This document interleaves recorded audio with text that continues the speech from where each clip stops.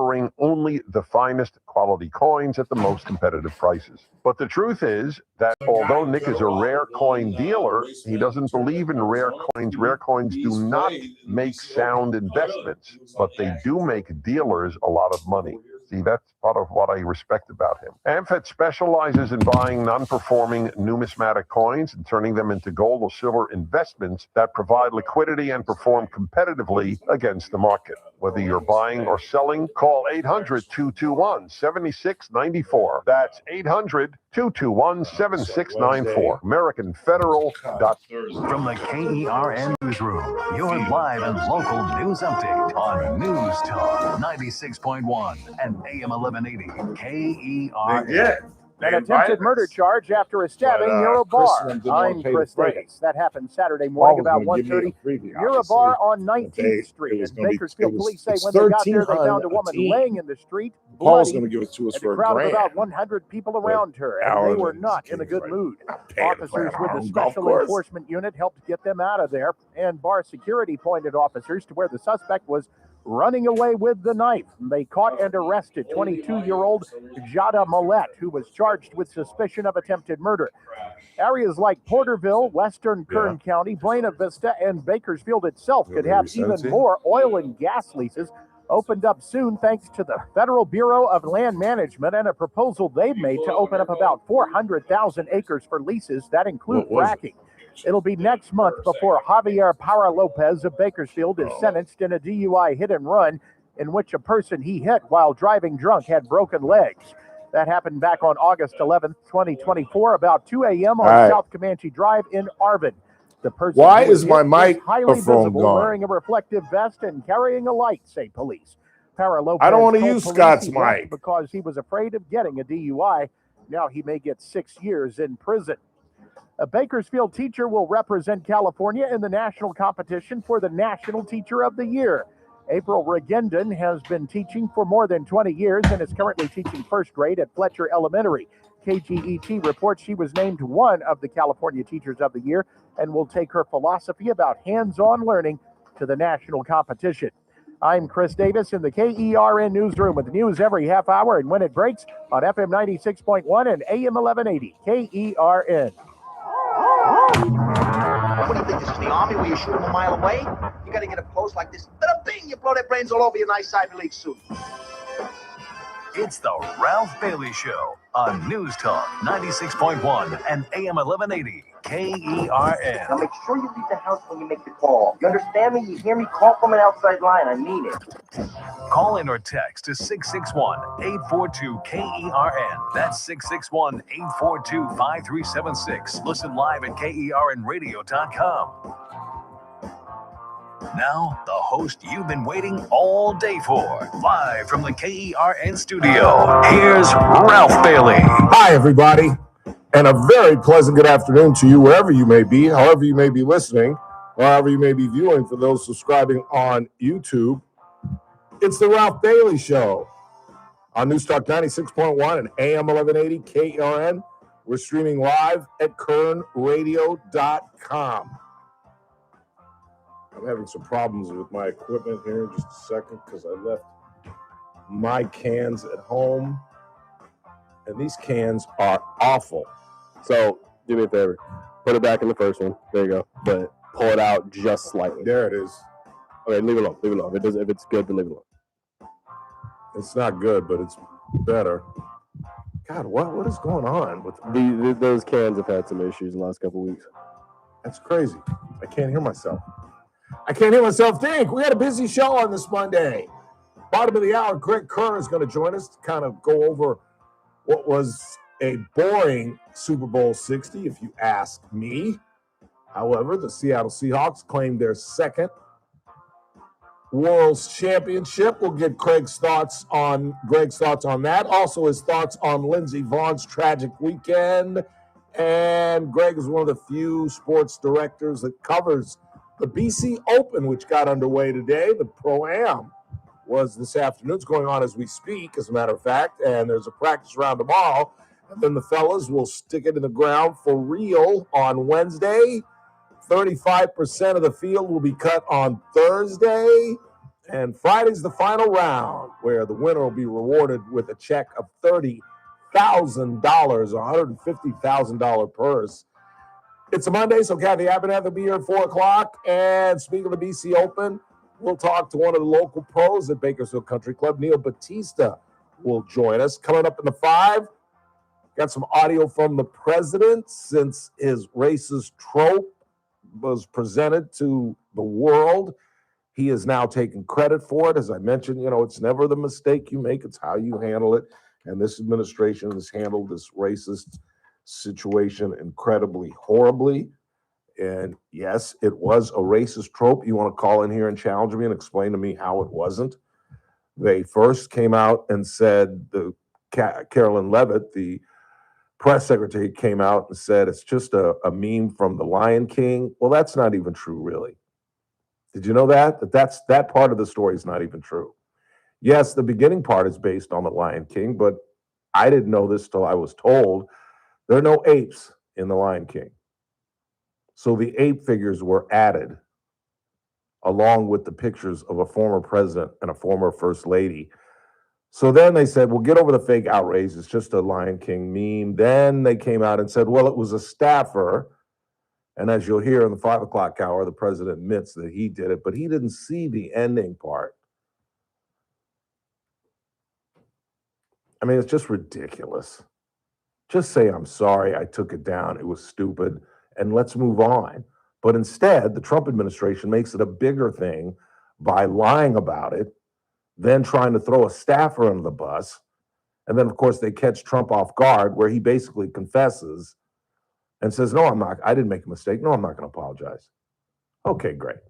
Just months away from the midterms. Okay, great. With all that's going on in Minnesota. Okay, great. You go ahead and you hold on. You hold on, Mr. President, with another racist remark that proves that either you truly are a flat out bigot or you pretend to be to placate a portion of your base. It's one of the two. There's no other alternative. I'm going to ask Kathy Abernathy about this, and I'm going to ask her, would you put this up? Would you have done this to Irma Carson? And let's say a staffer had done this for Western Pacific, had put up a picture of the late Irma Carson as an ape. Would that person not be summarily fired? So we'll get into that as well.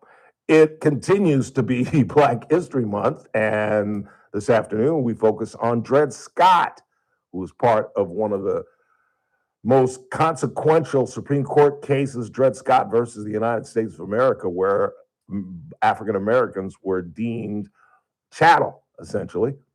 And of course, it was overturned by the 14th and 15th Amendment, the Emancipation Proclamation. But we'll give you some information on Dred Scott, as I've talked about. This year, for Black History Month, I'm focusing on folks that you probably never heard of. And I'm hoping some of you have heard of the court case, but have you really known about the life of the man the case focused on? We'll get into that. And Ghislaine Maxwell is pleading the fifth, although she's now saying, I'll talk if you give me clemency. You know she's going to be free one day. You know Donald Trump is going to give her clemency. That might be the breaking line with MAGA. That might explode the entire base of the Republican Party because he's going to do it. He absolutely is going to do it. He's going to give her clemency. She's never going to do 20 years. That's just my speculation. But once again, for almost, fourth, fifth, sixth straight day, we lead with Savannah Guthrie and the countdown. We are less than an hour away from the alleged deadline that the alleged kidnappers put forward in two different notes. We have two sets of audio. The first one is the initial plea that I'm sure, if not all of you, most of you have heard by now, that the family, Cameron, her brother, and Annie, her older sister, put out on Friday. This audio was sent primarily, as you can hear by the audio, for the kidnappers. We received your message and we understand. We beg you now to return our mother to us so that we can celebrate with her. This is the only way we will have peace. This is very valuable to us, and we will pay. So that was obviously And, you know, I told myself I wasn't going to join the horde of media members who are trying to dissect every note, every clue, every incident, every police move as if they know what the Samuel they're talking about, because nobody outside this investigation has any idea of what's going on. But unfortunately, this is how we get paid. And I think you don't have to be Columbo to figure out they were talking to the kidnappers. There was something in one of those messages that the police and the FBI feel were real, because we're told that the FBI helped her, Savannah, construct that initial message and the second message we're about to play. So there has to be some credibility to it. Reports are coming out of Tucson that the kidnappers are asking for $6 million in Bitcoin. And then there was a late report that they said that they're even willing to take cash. As I think most of you know, there were two deadlines, one for Friday and one for about 45 minutes from now, 4 o'clock Pacific time, 5 o'clock in Tucson, Arizona. This was done just within the last 2 hours. Oh, that's why I'm confused. You only sent me one piece of audio for the Guthries, which I just played, which was them saying that they would pay. All right, hang on. Let me play this for you. This is Savannah Guthrie herself.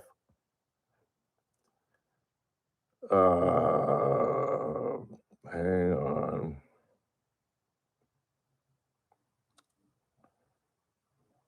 We don't have that. Do you have that? Can you look that up?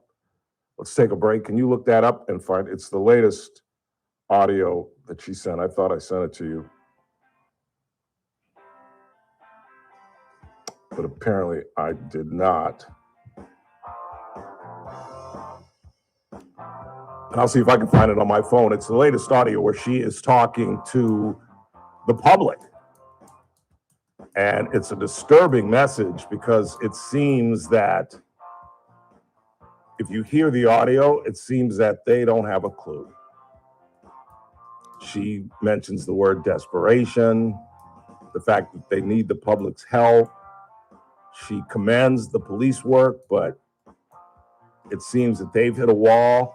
We've been told that they're going to have a news conference when they know something, and they have not had one since Friday. One was reported to come out today, but they did not convene the sheriff deputies. And you know how I feel about Chris Nero, the Pima County sheriff. I don't think they know what they're doing. I think it's a case too big for them. This is a national case. It should be led by Kash Patel and the Federal Bureau of Investigation.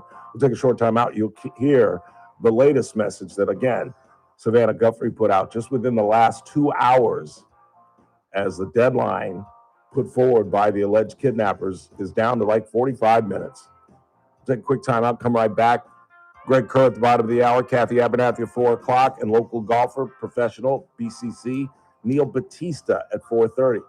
In the meantime, you're listening to The Rob Bailey Show on News Talk 96.1 and AM 1180 KERN. We're streaming live at KernRadio.com. You got Casey.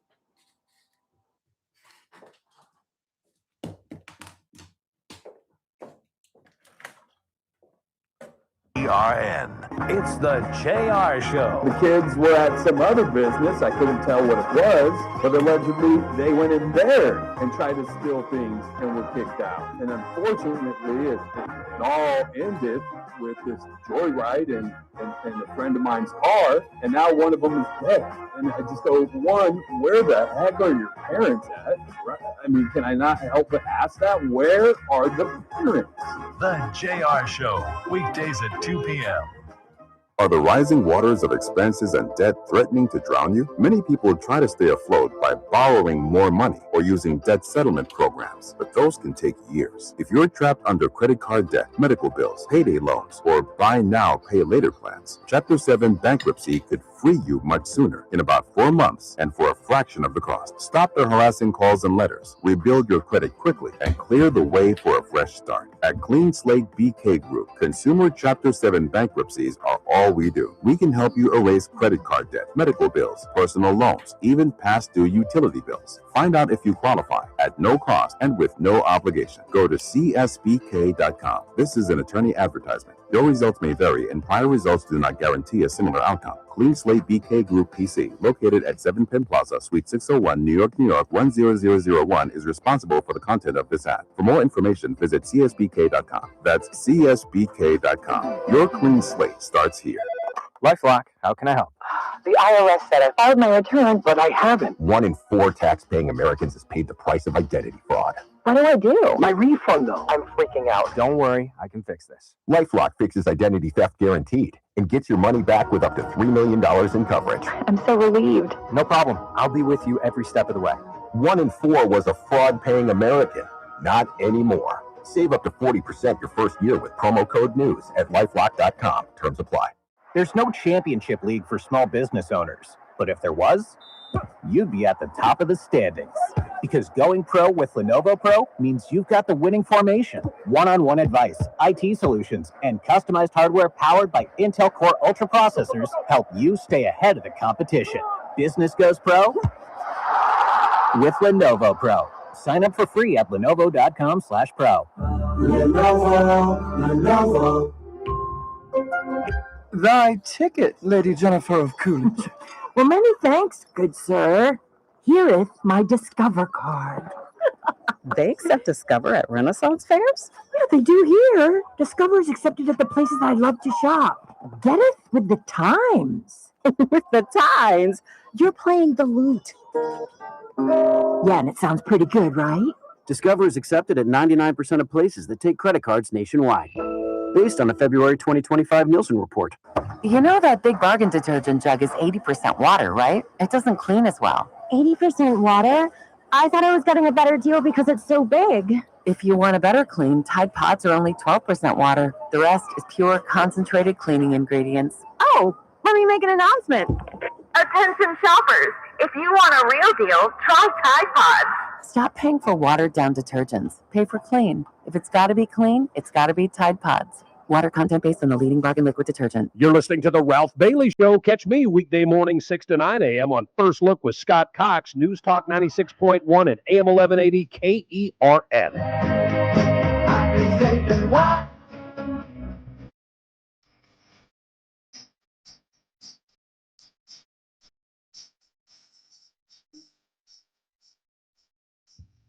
So we're entering into the 9th day of Nancy Guthrie's abduction. And let me just try to update you on anything new. We know over the weekend that the FBI investigated a septic tank at the home. I'm assuming just in case something was thrown away in a toilet or something like that. However, they continue to say that they have no serious leads, no proof of life. They know that a camera was removed off of the top of Annie Guthrie's house, Savannah Guthrie's sister. And now people are beginning to question the timeline because it begins at 1:47 when a camera is disconnected at Nancy Guthrie's house. It's not for another almost half an hour at 2:12 when a person is detected outside of the home. Now, officials are saying they don't know whether they don't even know whether it's a person or an animal. It's very remote that it's an animal in that part of this situation, particularly given the fact that there was somebody on the premises at 1:47, apparently, if the camera came down. And then it's not till 2:28 and when they assume that she's been abducted because her pacemaker gets disconnected from the phone.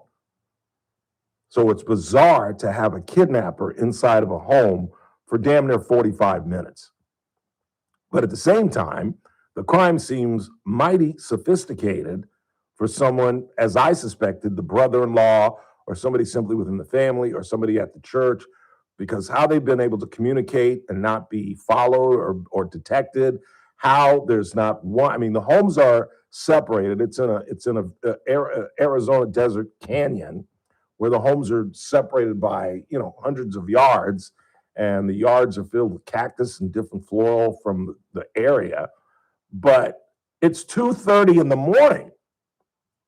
Somebody's camera had to detect a car coming out of that neighborhood.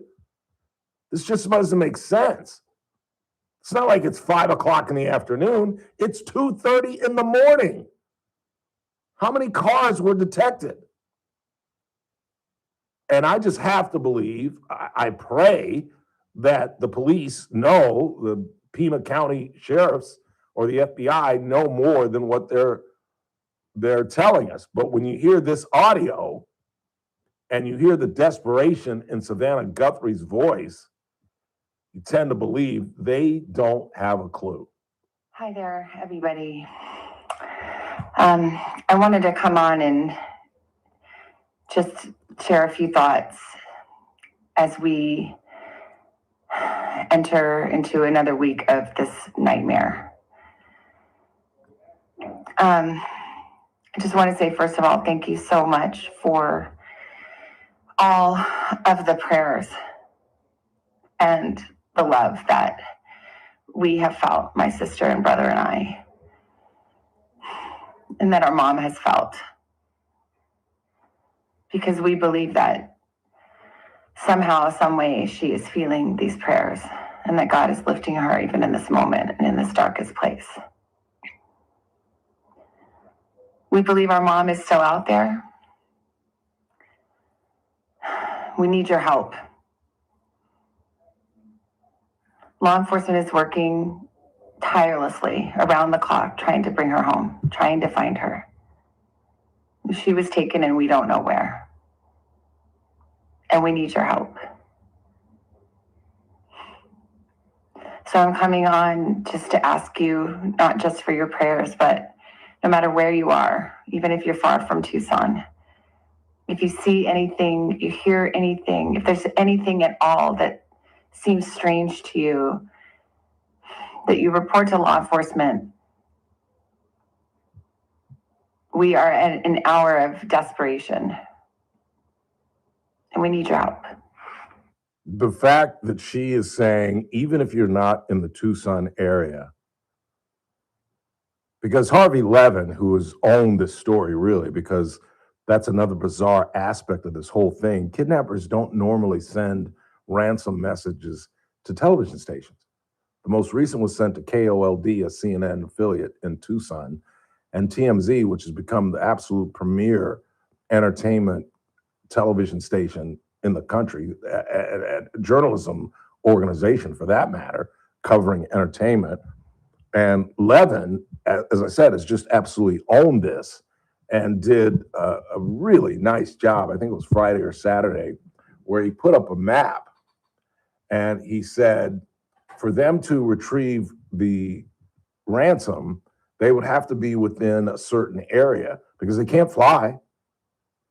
Guthrie would have to show her identification. And certainly by now she's recognizable to most Americans. So they can't fly. So he put a circle, a radius around the Tucson area from which they could come from a reasonable drive.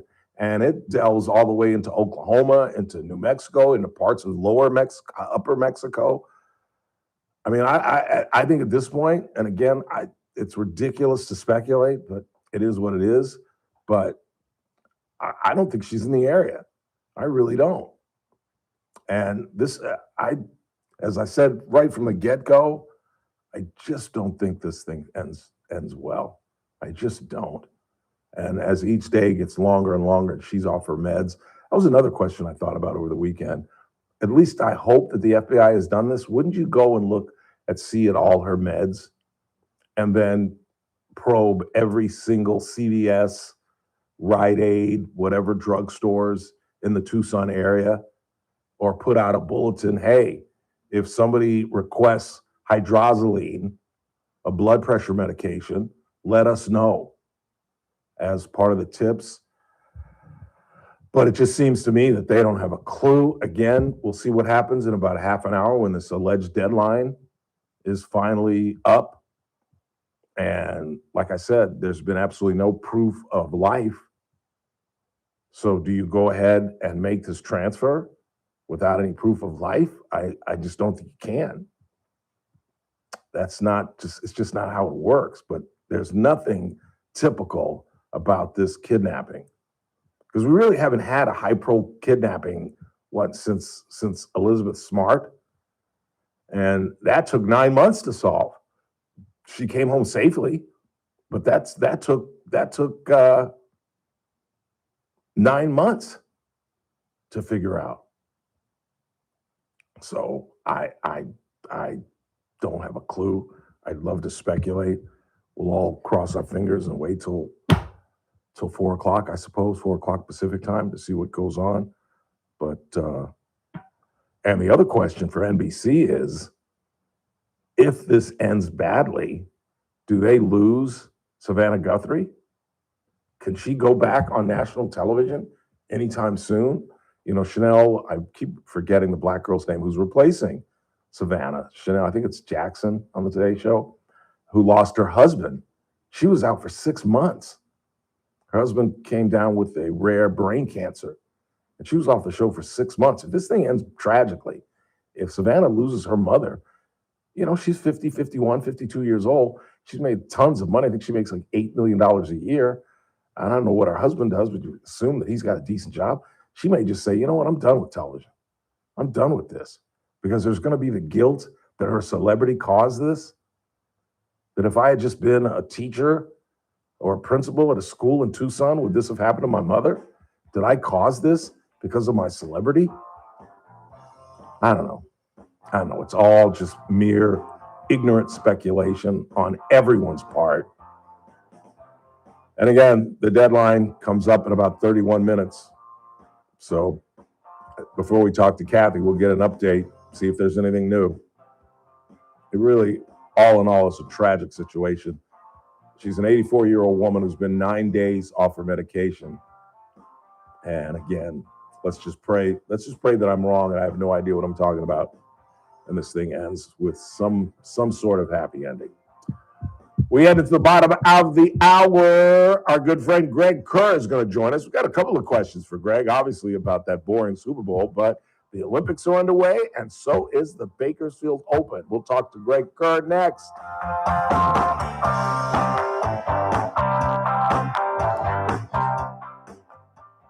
News Talk 96.1 and AM 1180 KERN.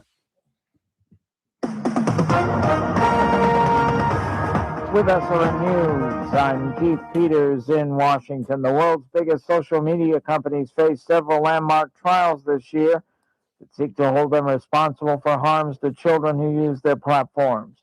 Opening statements for the first in Los Angeles County Superior Court began on Monday.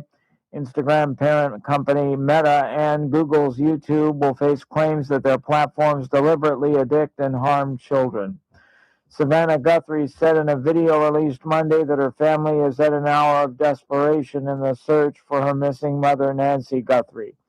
That comes ahead of a looming ransom deadline set for Monday evening by the purported abductors. On Wall Street, the Dow up by 20 points, the NASDAQ rose 207, the S&P advanced 32. More details at srnnews.com. News Talk 96.1 and AM 1180 KERN. From the KERN Newsroom, your live and local news update on News Talk 96.1 and AM 1180 KERN. I'm Chris Davis. Bakersfield police say they caught 22-year-old Jada Millette running from the scene of a stabbing with a knife in her hand early Saturday morning. She's accused in the wounding of a woman during an argument in front of a bar on 19th Street. Police say a crowd of about 100 people witnessed what went down. 5 new drones are being used by Kern County firefighters who believe they will be useful enough to call the program a game changer for remote fire operations. April Regendon, a first-grade teacher at Fletcher Elementary in Bakersfield, is one of 5 winners of the California Teacher of the Year and will represent the state in the National Teacher of the Year competition. I'm Chris Davis in the KERN Newsroom with news every half hour and when it breaks on FM 96.1 and AM 1180 KERN. Meet Paul Sheldon's client. Vance Furtado. Hi, my name is Vance Furtado, and I saw Paul Sheldon's advertising, and my wife and I were going to need to begin Medicare very soon, and we thought he would be a great guy to talk to. And we were not disappointed. He and his staff were excellent. They provided much needed guidance for us, and we would recommend Paul Sheldon and his agency to anyone desiring help when it comes to figuring out the confusing world of Medicare. Medicare can be so terribly confusing. That's why my wife and I were so glad that we went to Paul Sheldon. He and his staff were incredibly helpful to us. So I would recommend Paul and his agency to anyone. Thank you, Paul, for all the help that you provided, giving us an excellent sense and direction of how best to satisfy our needs when it comes to Medicare. When Medicare matters, our team has the answers. Team Paul Sheldon.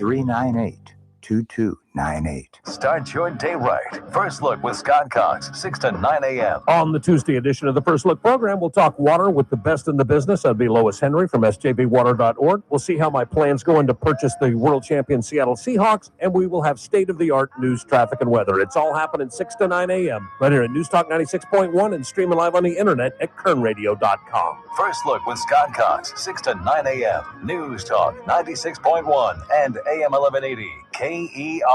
I'm JR Flores. Catch my show, The JR Show, weekdays at 2 p.m. Now, back to the Ralph Bailey Show on News Talk 96.1 and AM 1180 KERN. 842-5376, 842-KERN. Kathy Abernathy joins us at the top of the hour. Neil Batista had one of the pros out of Bakersfield Country Club, joins us at 4:30. The BC Open got underway today with the Pro-Am. Practice round tomorrow, and then they'll stick it in the ground for real on Wednesday. And I've got some other miscellaneous news and notes, but we first turn to KBAK sports director and host of the Greg Kerr Show right down the hall on ESPN 1230, our good friend Greg Kerr. How are you, sir? Ralph, I'm doing well. How about you? I'm good. Good. Didn't win a nickel yesterday. My squares, if New England just kicks a field goal in the first quarter, I'm flush, but... Yeah, I'm the same way. Man. I needed one first down on their last drive with 4 minutes left. They were like on the 45, which makes that, a 55-7 is like a 62-yard field goal, so they weren't going to kick it. Just one first down, and they would have kicked the field goal, and I win some money. What are you going to do? Yeah, woulda, coulda, shoulda. That's what the Patriots are saying today. No kidding. Not much of a ball game, though, huh? You know, I got to hand it to the Patriots defense because if not for them, that was a horrible game. Yeah. Like they, 3-0 wasn't bad, 6-0 wasn't bad, 9-0 seemed like because we didn't think that New England was going to score at all.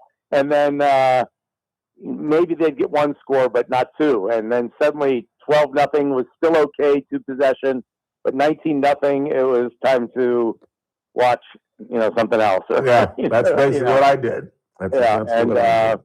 So, their defense, I think, played well. I'll tell you what, though, I have no problem with Kenneth Walker getting MVP. However, if you could cut it in two and give to the field goal kicker who made 5 field goals and the punter who kicked 3 punts inside the 10-yard line, that's not a bad day, special teams. That's the key to winning, all phases. Yeah. All phases. Absolutely. Yeah.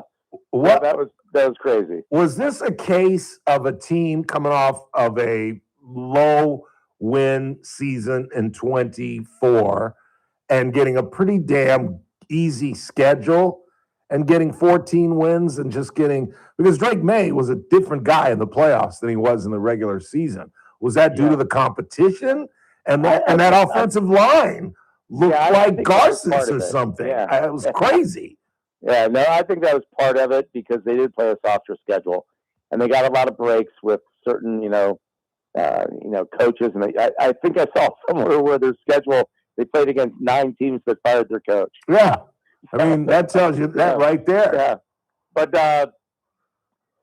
look, they did beat 3 good defenses. Yeah. They beat Houston. They beat the Chargers. They beat Denver. Denver, of course, with a backup quarterback and all that. But they did win, so give them credit.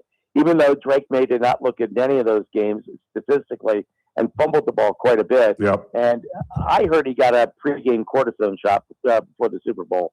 And for his shoulder? But he looked like he was absolutely lost. Yeah. He looked quip that something along the lines of he was seeing the ghost that Sam Darnold said he saw when he was with the Jets. I remember that. Yeah, so it was like, my goodness, it was bad. But here's the thing that bugged me the most. They never, I mean, when you saw the video from up top, it wasn't all 22, but you could see most of what was going on. The check down passes were there, and he never threw to them. Yeah. He kept throwing intermediate or deep balls, and a deep ball against a shell 2 defense is ridiculous, as was that interception.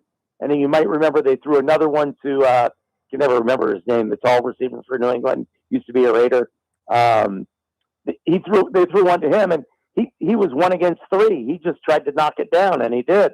But it was like the backs and Willis Hunter Henry, you know, they had their moments, but they never checked down against a 4-man rush, zone defense, and Adam so quickly, get the ball out of your hand. Yeah. He held on to the ball way too long, and And the left tackle was just, you know, look, he was terrible against Denver, terrible against Houston, and Seattle, they get videotaped, and so they saw, we're going to go at this left tackle, and they did. Yeah. And Josh McDaniels never put a tight end on that side or a running back to chip him once he got there. Yeah. It's like, what are you doing? Yeah. What's Because he doing? I've never seen a left tackle get bull rushed as many times. You know, maybe that happens once or twice. You get off leverage or something. But they were just bull rushed. There was no swim. There was no moves. They were just pushing him back into Drake May's face. Yeah. It was crazy. Yeah. And the pocket presence by May was not good at all. No. Even on times when he had a little time. So totally outclassed by a better team. And yeah, it wasn't a bad Super Bowl. It just wasn't a great one. We've been spoiled by a lot of good ones in a row. Yeah. But as guys, you know, my age and your age would go, well, I remember when the 49ers beat the Chargers 1-3. Yeah. 55 points. Like that. Yeah. Yeah. Yeah. We went through a whole series of horrible. Yeah, we went through like almost a decade of bad games. Yep. So, absolutely. So you got to give them that. But Seattle just totally outclassed them, and they deserve the win. Yeah. So. Real quick before we move on to something else, while I have you, the Raiders apparently have a new coach, have a new quarterback. Can they build around Fernando with this new offensive mind, this brilliant mind everybody was pumping up from Seattle? Can they rebuild? I'm not saying they go on a New England-like romp, but I mean, we should be able to get to 9-7, 9 and something like that. What do you think? You would hope. I mean, you know, I love the kid out of Indiana. He just seems like a great kid who will run through a wall for you. And I actually like the way he plays the game. He's very, first of all, he throws a darn good ball. Yeah. And then he, you know, he's not afraid to run either. So I like that in him. They've got to get a better offensive line. I think they'll address that. And then they've got to, you know, maybe get another target offensively because they don't have the greatest receiving room. But what do you think of Clint Kubiak? I think Clint Kubiak's the real deal. I think the whole Kubiak family is a good coaching family. I'm trying to remember. I could be wrong on this, but I think Clint and Clay. I think they both played at Colorado State when my brother was the coach there. And the dad Gary, of course, was the Denver Broncos head coach. Right. But they were a really, that's a football family. It's sort of like what we're seeing in San Francisco, Shanahan's, yeah. That's a football family. So I don't think they're going to suffer because of this head coach. I think he's going to be one of the better hires of the bunch. Yeah, I agree. Let me move on. I don't have a lot of time. I don't want to keep you. Lindsey Vonn had her heart broken and her leg. I just looked at the video. Yeah. It's she got caught on a what do you call those things? Flags? What do you call those things in the middle of the downhill? Yeah. I don't know. That caught her, flipped her off balance, and the dream was over. Was she foolish to go out there? You know, Greg, you were an ex-athlete. Your brother was a coach. A lot of times players need to be told, no, you can't go out there, because most players, 95% of athletes, whether they got a concussion or a broken fibula or whatever, they want to get back out there. And sometimes they have to be told, no, you can't. That's why they've changed the whole protocol. And you go into this little box, and a doctor determines whether you go in. Should she have been out there with a right titanium knee and a left ACL blown? It doesn't make sense right now, but at the same time, she's a premier athlete, and you called me an athlete. I would sleep in my 8 o'clock English class and just get up whatever the heck I had to. But look, it's her life. It's her. She wanted to chase something. I know what you're talking about. Sometimes people have to reel you in and say, "No, you shouldn't do this." Yeah. But good news, she didn't kill herself, and I think she's now going to sort of have to reevaluate all of this after, twice going down. And poor Breezy Johnson, nobody's talking about her. She won the first gold.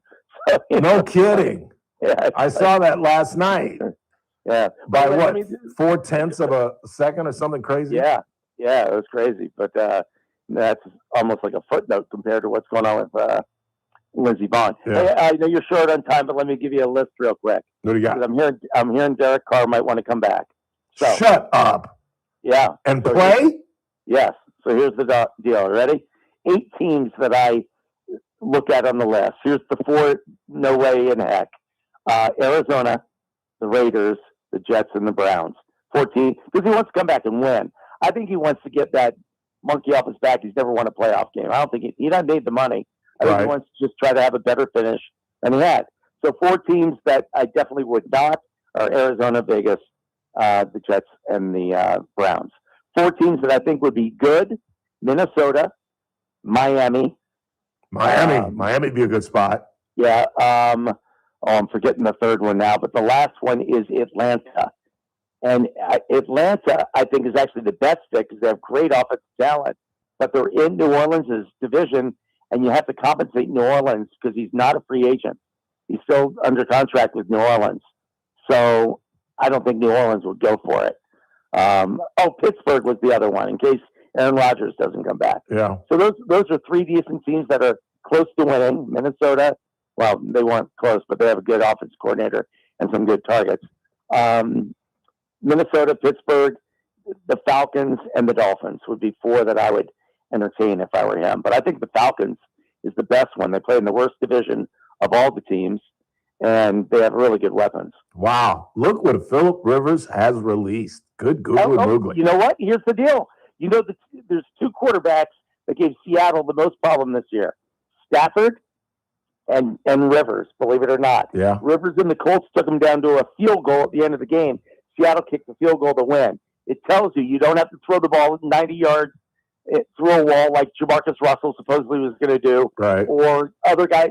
You have to be – it's a cerebral position. You don't have to be fast. You don't have to be strong. You don't have to throw the best pass. It's can you read defenses? Do you see what's going to happen before it happens? Yeah. And that's what those 2 old dudes could do. Yeah. Can you get the ball out of your hands quickly? Yeah. That's the bottom line. They didn't do that yesterday. Yeah. And that's exactly the difference between 2 seasoned quarterbacks who have seen it before and guys who are seeing it for the first time. Wow, that's interesting. We should have led with that. That is fascinating news. I have not heard that. Let me finish. Rivers some love, man. Yeah, absolutely. I know. When he wore the white uniform, he looked like Bartolo Colon. But no, that's funny. That he played pretty good. That's funny. Talking with Greg Kerr, I'll leave you with this. The BC Open got underway today. The Pro-Am, the tournament starts on Wednesday. You're one of the few journalists that covers this thing. This is a big deal. This is the Asher Tour. In fact, who won yesterday in Phoenix or in Scottsdale? Yeah, don't ask me because although I was hearing updates, I did not look at the finish because I had a rather eventful night last night. Hideki Matsuyama crapped the bed on the 18th hole. He bogeyed 18, get into a playoff, and then the guy whose name I can't come up with. Hey Siri, who won the Waste Management Open this year? This kid is hang on a second. I found this on the web. Chris Gotterup. Gotterup, yes. He came off the Asher Tour. He played at BCC just a couple of years ago. I'm just trying to highlight how important the Asher Tour is. I talked to Chris Riley. You remember Chris Riley, 2004 Ryder Cup player, was on the President's Cup Award. veteran player trying to get on the Champions Tour. Now he's 52 years old. And even he talked about how the Asher Tour is essentially AA, the Korn Ferry Tour is the AAA, and then obviously the PGA Tour. So, and he's not the only one. There have been several players to come out of this tour, and they've got $30,000 on the line. This is a big tournament. Yes, they do. Yes, they do. That's good. I'll probably be out there. I can't get there Wednesday, probably because I'm emceeing the Bob Wise Hall of Fame that night, and I have to do some stuff in the afternoon. But Thursday and Friday, I'll be swinging out there. Yeah, so it's a really good tournament, and it is. A big stepping stone for the pros. And the weather's pretty nice. Let's hope. There's some rain forecast, but we'll see what happens. It's kind of 50-50. I know. Speaking of the devil, I'll leave you with this. I'm sorry to keep you so long, but who is getting inducted this year? Oh, it's a great class. Yeah, it is. 3 individuals. Darryl Vasquez, first 4-time state champion in wrestling from BHS. First guy to ever win all 4 years. Jeremy Gunn, the former CSUB soccer player and coach, who's won 3 national titles as head coach at Stanford. My classmate at CSUB. There you go. And then Brian Nixon, head coach of course, most recently Liberty, where he won a state championship, but won over 200 games with Shafter, where he played, and went back to his alma mater, coached there, along with Centennial and also Liberty. He also coached at another school for 1 year. I'll give you 5 guesses. Got to make them quick. Go. BCHS. No. Bakersfield High School. No. Garces. No. I'm stumped. No and no. Where? Fraser Mountain. Really? Yes. That was his first year. Wow. Yep. Yeah. I didn't even know Fraser Mountain had a football team, to be honest with you. That's funny. They did. That is a great class. And by the way, the fourth entry is the Bakersfield Jockey Club. They're going in. Nice. They were actually the precursor to the Bob Wise Hall of Fame. Yeah, that's nice. So that's a great going class. in as well. That's a great class. All right, sir. Luigi's this year. Oh, nice, in the warehouse. Nice. Yes, nice. Luigi's. So you're gonna get fed. Yeah, a great meal. A great meal. All right, sir. Always great to talk to you. I really appreciate you stepping out and taking time for us. All right, man. We'll see you. Okay. Greg Kerr. Listen to him from 12 to 2 on ESPN 1230. And, of course, you can see him tonight. I am told he does television for KBAK for something like 35 years, something close to that. Great time out. We head into the 4. Coming up, Cabby Abernathy joins us. And on this first day of the BC Open, we'll talk with one of the pros at Bakersfield Country Club. Neil Batista will join us. And it's our Black History Month moment.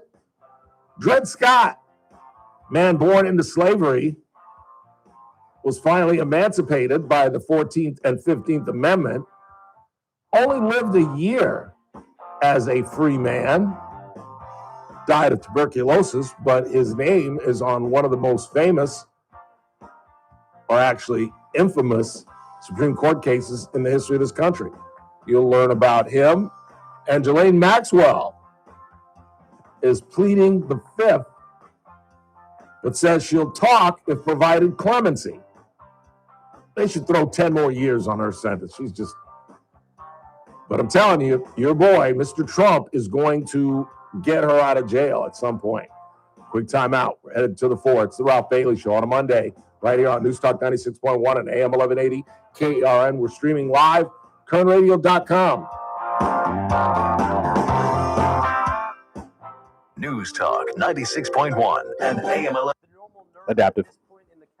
Great edition, Clay Travis, Buck Sexton Show. We will bring on Senator Bill Haggerty of Tennessee to break down the ongoing battles in Venezuela, in Iran, and what is going to happen as we continue to discuss voting integrity in the United States. All that and more, we will be firing on all cylinders to get you through the Tuesday edition of Clay and Buck. Live 9 to noon. News Talk 96.1 and AM 1180 KERN. The Current Radio studios are powered by Adaptive Networks. For all your IT needs, call Adaptive Networks at 661-241-0638 or online at adaptive-net.com. As some of you know, every other Wednesday, we have owner-operators Ryan Van Alstyne and his wife Jennifer Van Alstyne on the program. And last week, Ryan came on with his chief engineer and told a frightening story of a company that came to them whose codes and everything IT had been taken hostage. That's right, taken hostage. And they want a ransom to stop either keeping their codes or spreading their codes to other saboteurs. And it took Adaptive Networks to step in and save the day. That's why you should call on Adaptive Networks for preventative measures, for putting up securities against such ransom notes and hostage taking of your codes. That's why American General Media has teamed up with Adaptive Networks to provide all of our IT needs. Call them today at 661-241-0638 or hit them online at adaptive-net.com. It's game day. Are your moderate to severe Crohn's disease or ulcerative colitis symptoms keeping you from the action? Skyrizi, risankizumab Riza, could help you get back to the game.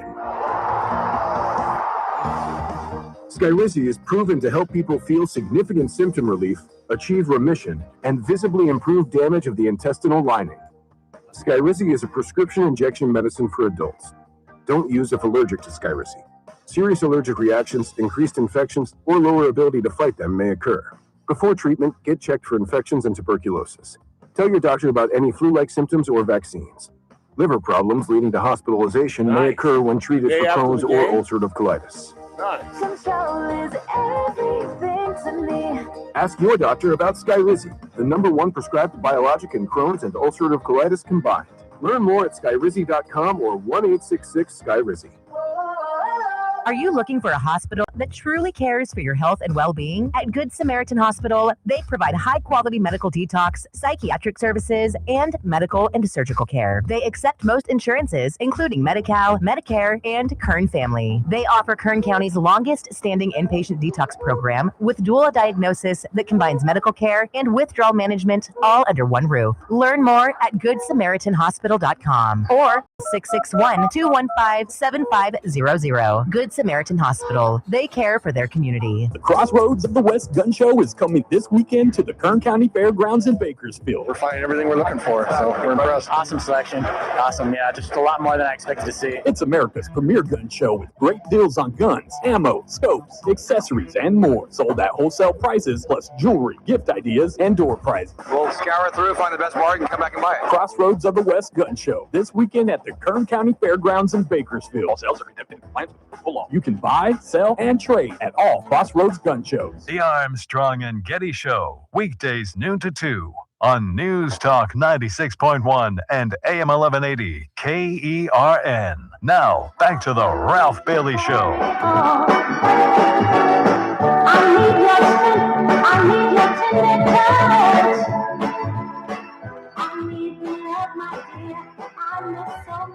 842-5376, 842-KERN. Let's check the board, see what you guys are talking about. Let's see. Ralph, quick question. Why aren't more African Americans upset of them being portrayed as apes? Trump already refused to apologize. What is needed? A nose, the N-word, or him in a picture as a slave master? I don't know too many African Americans that are not enraged by this. I spent 20 minutes talking about it on Friday. I'm going to spend some time at the top of the hour at 5 o'clock talking about it because there's new audio over the weekend. The president responding, I think he was on Air Force One.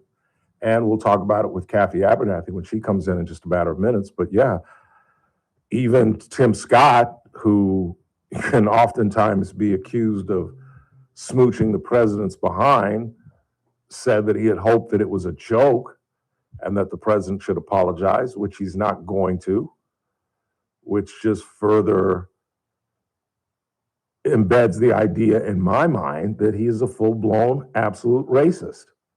You know, this wasn't just a Lion King meme. There's no apes in the Lion King. So that was intentionally added with the former president's face and the former first lady's face. And this is an historical racial trope, if you're not familiar with that. This has gone on since the 19th century because of our origin in Africa. And it was systemic at one point, where it was believed in the 19th, and I'm assuming in the 18th century, it wasn't really Race wasn't really an issue in the 18th century. We were trying to build a nation. But in the 19th century, in the 1800s, when things started to level out and we started to add land, we had the Louisiana Purchase in 1803, and the country starts to spread out, and all of a sudden the South becomes an economic power because of slavery. Then the issue became apparent. And, I need to see that. This trope became famous, not infamous, because there was no voice to push it back. And so Donald Trump knew what he was doing. I don't know if this was a distraction from Epstein or from what is going on in Minnesota, but I don't know what black folks you know, but all the black folks I know are absolutely livid about this, including yours truly. What else you got? First off, it was noose, not nose. That's on me. But to your point of there being no primates in Lion King, would a baboon not count?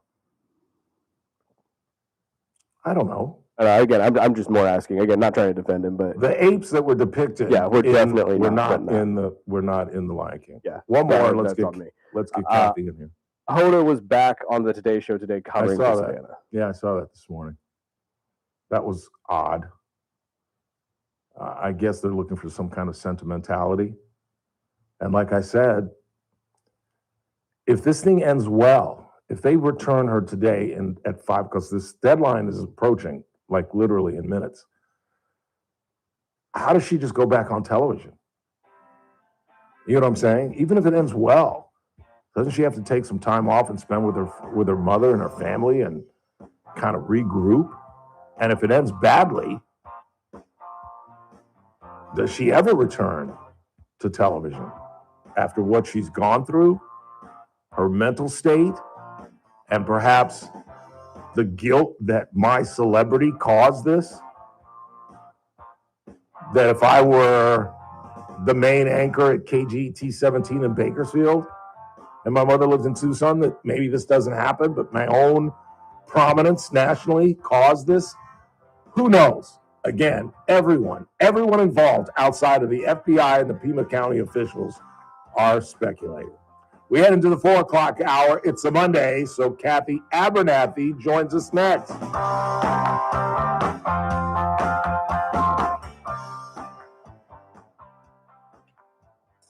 This is AM 1180 KERN Green Acres. This is 96.1 FM Bakersfield. Online at KERNradio.com. News this hour from Town Hall. I'm Keith Peters in Washington.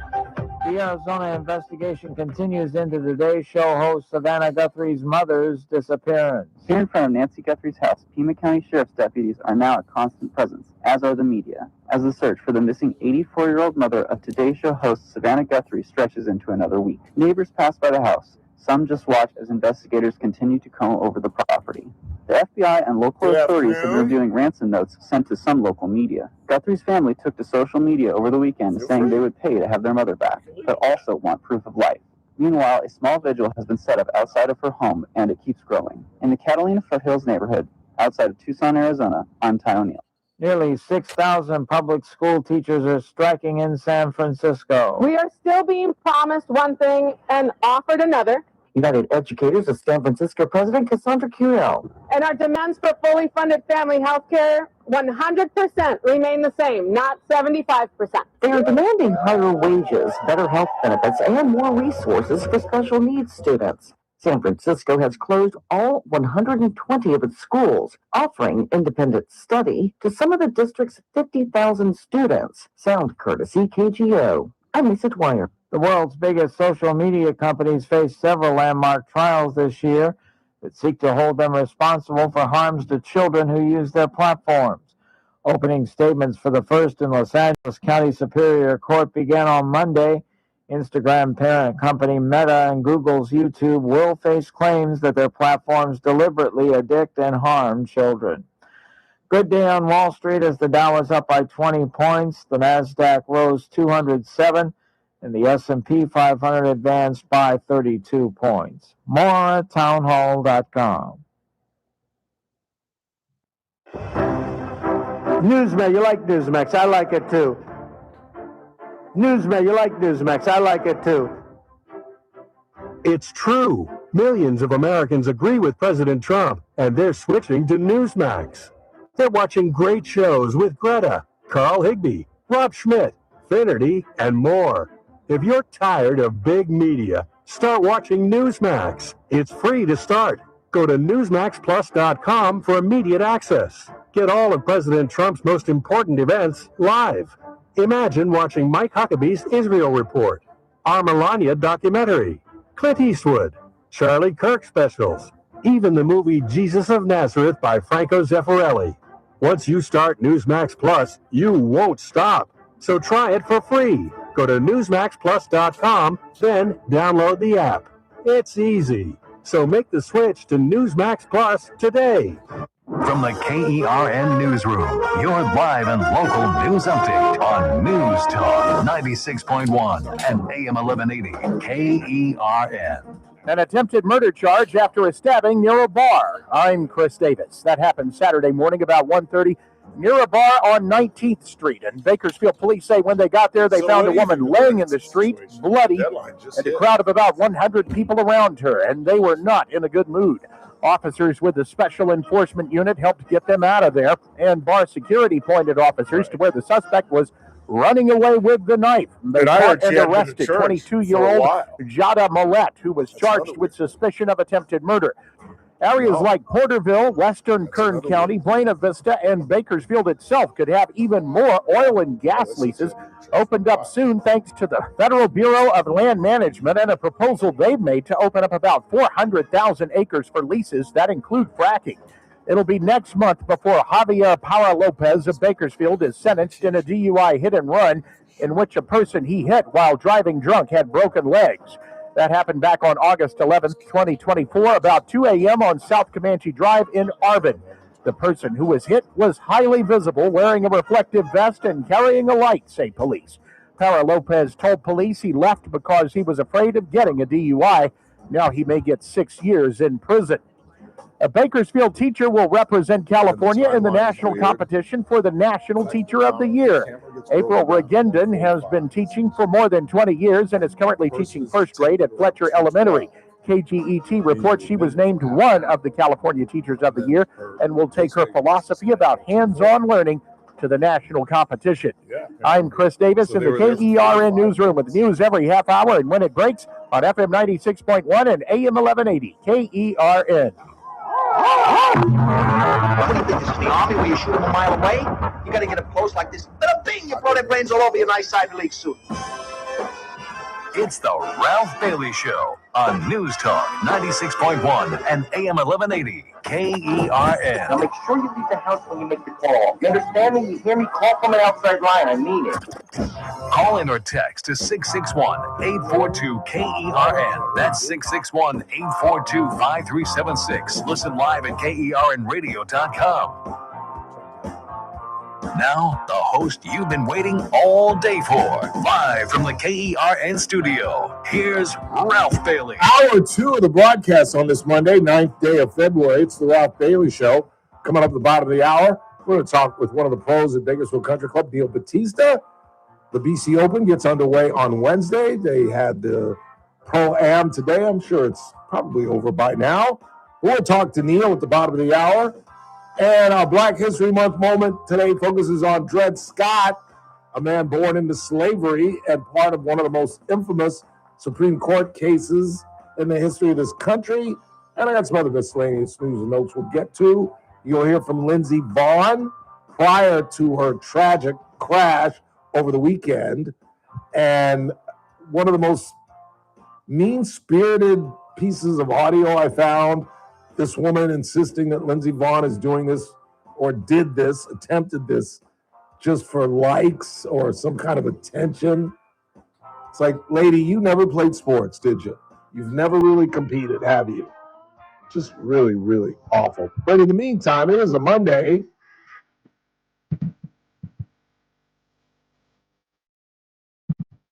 And I love a highway. Professor Kathy Abernathy. How are you, Professor? Well, I'm real good. Don't have a cold like some folks do here. Yeah, So that's I why feel he's good. not. Did he come in the room and change the camera? Because he's Yes. not allowed in here today. Oh, okay. I'm not worried. I'm not worried. I cannot. Can't break through this. I cannot get sick. So what'd you do for the Super Bowl? Let's see. I didn't watch it. Sorry, No? I'm not football. I'm baseball. I'm just not interested. You just had a normal Sunday. Well, I had a ton of stuff I was doing, but no. No parties, no I nothing. flipped it on once, but looked at the score and then saw it later. The score was out of sight. Sorry, football fans. Wasn't into Yeah, I didn't watch much of the second half. I'll be honest. Once my numbers, because I had really good square numbers. Oh, you mean you bet on it? Well, I got into a Pool. Yeah, with squares, and I had really good numbers. And had they gotten one more first down on a drive in the first quarter, and kicked the field goal, I would have won some money. But then once my numbers got askew, because you can figure it out logistically, 7 or 3 is going to help me. And once I realized I wasn't going to win any money, and I knew that Seattle was going to win, I was watching Godfather, I think, or something. And why did they hold it in Santa Clara? Well, it moves. Never because of the weather? It moves from cities. In fact, isn't it in Las Vegas next year? It is, yes. It moves Oh, it city has nothing to to city. do with the team. That's No, right. nothing to do That's with the right. team. Of course. You just It's get supposed to be lucky. played on a neutral side. Yeah, you get lucky. If the 49ers had gotten to the Super Bowl, they'd have just been lucky to play. Well, I at hope home. they always hold it in the winter. If they're going to hold it in the winter, which is when they hold it on the West Coast or South. Or Well, they would stop. They used to play it sometimes on the East Coast if you had a dome, like it was once in Detroit. But it snowed that whole week, which didn't affect the game. But this thing has gotten so huge that there are all kind of festivities and parties and celebrities that go on.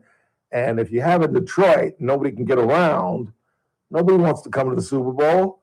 They want to go to Miami. They want to go to New Orleans. They want to go to Vegas. They want to go to Santa Clara and go to San Francisco, Los Angeles, Pasadena. So they just stopped trying that. I know, I forget which team I was watching. It had to be baseball, but it was when it was really cold streak. And I thought, gosh, they're not dressed very warm. And then I realized they were in a dome. Yeah. You could do that, but who wants it's a celebrity cornucopia the week before, because there's 2 weeks before the game. Parties and stuff? Oh, it's crazy. Yeah. It's crazy.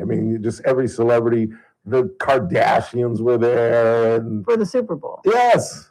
But in Santa Clara? Yes. Well, no, the parties were all in San Francisco. I read an article that Santa Clara really got ripped off, that everybody was spending their money and sleeping in hotels in San Francisco, and not because, it's not like you go home and say, I've been in Santa Clara this weekend. Yeah, exactly. They even moved what they call NFL honors, where they name all the seasonal awards a couple of nights before the Super Bowl, and that's a huge party, and it was hosted by John Hamm. John Hamm, who played Don Draper on Mad Men. And they have a bunch of celebrities show. It's just a huge party. Just a huge party. So you can't do it in a cool city. You can't do it. Yeah. No, Buffalo will never see the Super Bowl. They just won't. I bet. So, Kathy, what do you think of this ransom situation, since no one is asking you? No, nobody has asked me. Well, no, I just have this little thing, and I thought maybe you would know, or maybe I've missed this because I've watched a lot of it. If somebody reported she didn't show up to church, then who was supposed to take her to church? I've never heard that mentioned. Yeah. So that must have been the next person they called, and that person said, I knocked on the door and nobody answered, so I didn't take her to church, but I stepped over some blood. Well, it's my understanding that she hadn't been at church for weeks, because if somebody had gone to the home and seen the blood and she didn't answer don't you think that would set up bells and whistles? I would think. So no, it wasn't until. Okay, I hadn't heard that part, that she hadn't been coming. Yeah. But somebody had to drive her. Which I think should focus attention on the person that made the call. Like, why was it so bizarre? Yeah. Why was it so bizarre that she hadn't been at church if she hadn't been at church for weeks? Yeah, they've never pursued that whole how they found out. And I have no reason to believe this, and it's unfair of me to even say this, but I thought maybe the husband of her daughter, her son-in-law, I did too. I absolutely thought it and was. that maybe he's been tired of having to live the life because he drove her, I think, back. She took Uber to dinner with her daughter At the house. and then Anna and the brother-in-law took drove her home. back. Yeah. They were the last ones to see her. Was it, I'm sure they're going to be in the will, so I don't know why, but that should have been. And Savannah hasn't cut off any relationship with her sister. No, so she thought, if she thought they were guilty. Your Although husband today killed our mom. Yeah. You would think she would disconnect from Annie, but because so often these things, just like that cruise ship where they, the stepdaughter or stepsister, whatever you want to call it, but the cruise ship, they found a girl at the end of it, a 16-year-old, dead under a bunk bed on a big cruise line. Yeah. And it ended up that it was the stepbrother that did that to her. So really? yeah, so that's just a couple of weeks ago. So it can happen, but yeah, it's odd, but it seems kind of. I mean, I would think you'd think it's hopeless by now. I don't know. Yeah. Because if you're really doing it for money, you would instantly want to tell them, okay. And you wouldn't send it to a television station. Well, I don't know how you get it out. That TMZ always gets the latest info, but it just seems like you would have put the ransom note out there and you whatever. would have done it quietly. Yeah. Or if you just, if it was a burglary that went bad, that they didn't realize somebody was in the house and then they disposed of the body somewhere, I don't know. They said nothing was taken. There was no forced entry. And the only indication, how there's no DNA of someone else in that house. As I talked about when I broke the story hundreds of years ago in the Stephen Towser case. Do you know how they wrapped that up? How? Towser's, Chris Hillis perspired on the knife. That's how they caught him. The DNA on the knife. Now you're telling me there wasn't one piece of DNA in that house of somebody that wasn't? They say just walking through, your hair falls off your skin or whatever. And if she bled, there was some kind of struggle, yeah. It just seems odd to me. And that it was 2:30 in the morning, Kathy. Yeah. In a pretty quiet neighborhood. There's not one vehicle that they saw exiting on somebody's ring camera? At a few miles away even. Yes. It looks like it's miles till you find real civilization. At 2:30 in the morning? The whole thing seems bizarre as hell. But each day that goes on, the lesser chances she's coming home. I would think if it was true kidnapping, there would have been much sooner, much faster. And although I don't know, in this day and age, other than the way they're suggesting paying it, how would they say, put the money under a rock at 3rd and Elm and don't have any cops around? Yeah. We've seen too many TV shows to know they always get them. No, anyway, very sad. Kidnapping today is like hijacking a plane. You know what I mean? It's like one of those crimes that we rarely hear about anymore. They were kind of common in the 70s. Yeah. You could really famous people, Patricia Hearst. Right. Yeah, there've been a lot of kidnappings. Yeah. But you can't get away with it. But I except for the fact that I just happened to read today, I didn't realize that she's really from Samantha Guthrie is really from Savannah, from Tucson. Yeah, went to University of Arizona. High school, college, the works. So she would be a local celebrity. Otherwise, I'm thinking nobody, if she lived, I would have thought, I don't know where she lived, but now I realize that. So I did not know because I investigated, because she tells a story about how her mother said she didn't want to leave home. And her mother said, I haven't done my job if you're not willing to leave home. And I was like, you went to U of A. What do you mean you're leaving home? You went down the street. And so then I looked up her education just to make sure. And I didn't know she has a law degree from Georgetown. Georgetown, yeah. I did not know that. When her first, Samantha Guthrie's first job was with a local station in D.C. Well, but before she left a clerkship or something with in the judicial system to to go into the news. So her goal, she thought, was law, but she wanted the news. Yeah. So, speaking of the news, is the president ever going to apologize? Should he apologize for this racist trope that he posted? And just why does the White House handle these things so badly? Well, I can't understand how anything gets posted without several layers of somebody looking at it. They imply is this a female staff person that we haven't? Well, the president. I saw the last name, but now I don't remember what it was. He came back and said he posted it on the plane. No, it said that this, and I should have kept the last name. Showed it to him, and he approved it on a plane, but he didn't he says, and the staff person said, I think it's a she, didn't watch it all the way to the end, and they loved the first part, which I haven't seen it. But it depicts several Democrats as different animals. Well, the last part, I guess. I don't know what the first part is, the Lion King first part. That's what it is. No, but the part that throws the Obamas into it. That's at the very end. Yeah.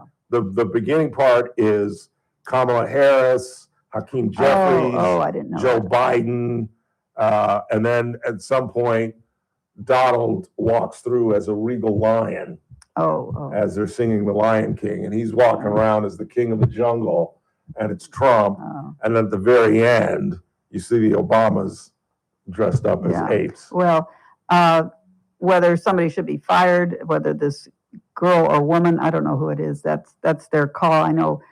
I think I heard you say, what would you do, Kathy? Well, if I saw the whole thing, I'd have to take responsibility. If the person showed it to me in a rush and knew I was headed out to fly to Switzerland or whatever, I would say, somebody supervised her. I don't want her bringing it to me. But so, yeah, I've never thought of Trump as racist. I don't care what anyone says, because that man worked 25, 30 years in New York City in construction with huge crews. They said almost 100,000 employees. None of them ever came up in any campaign to say, boy, that guy was the worst guy. Well, the Department of Justice did reach a settlement with he and his dad for discriminating against Puerto Ricans and black folks in their apartment buildings. In the renters? Yes. That part of it. And I don't know who was managed. I don't know if Donald Trump managed that, but I would just say the people that worked with him, just like when I was in Vegas, I went to his hotel just to see it. And I asked employees, is he ever on? They said he's great, whatever. So I don't consider him a racist. Don't you think racist people do racist things? And don't you think posting this was a racist thing to do? I just said, I don't believe that Trump watched it all and thought about it long enough. And he's already said it would bother me when he said, now that I see that, I agree, I would be upset about it. I read that he said it. So then why was it up for 12 hours? Why won't he apologize?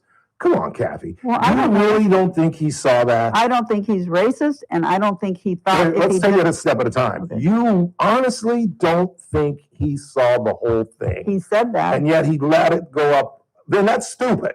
That's irresponsible. You're the leader of the free world, and you got some idiot staffer posting things that you're not going to examine before it goes on your account?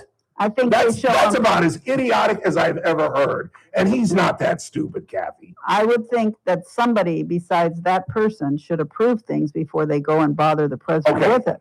You run a large political corporation, do you not? Not large, but okay. Yeah. Could that ever happen in your corporation? Ever?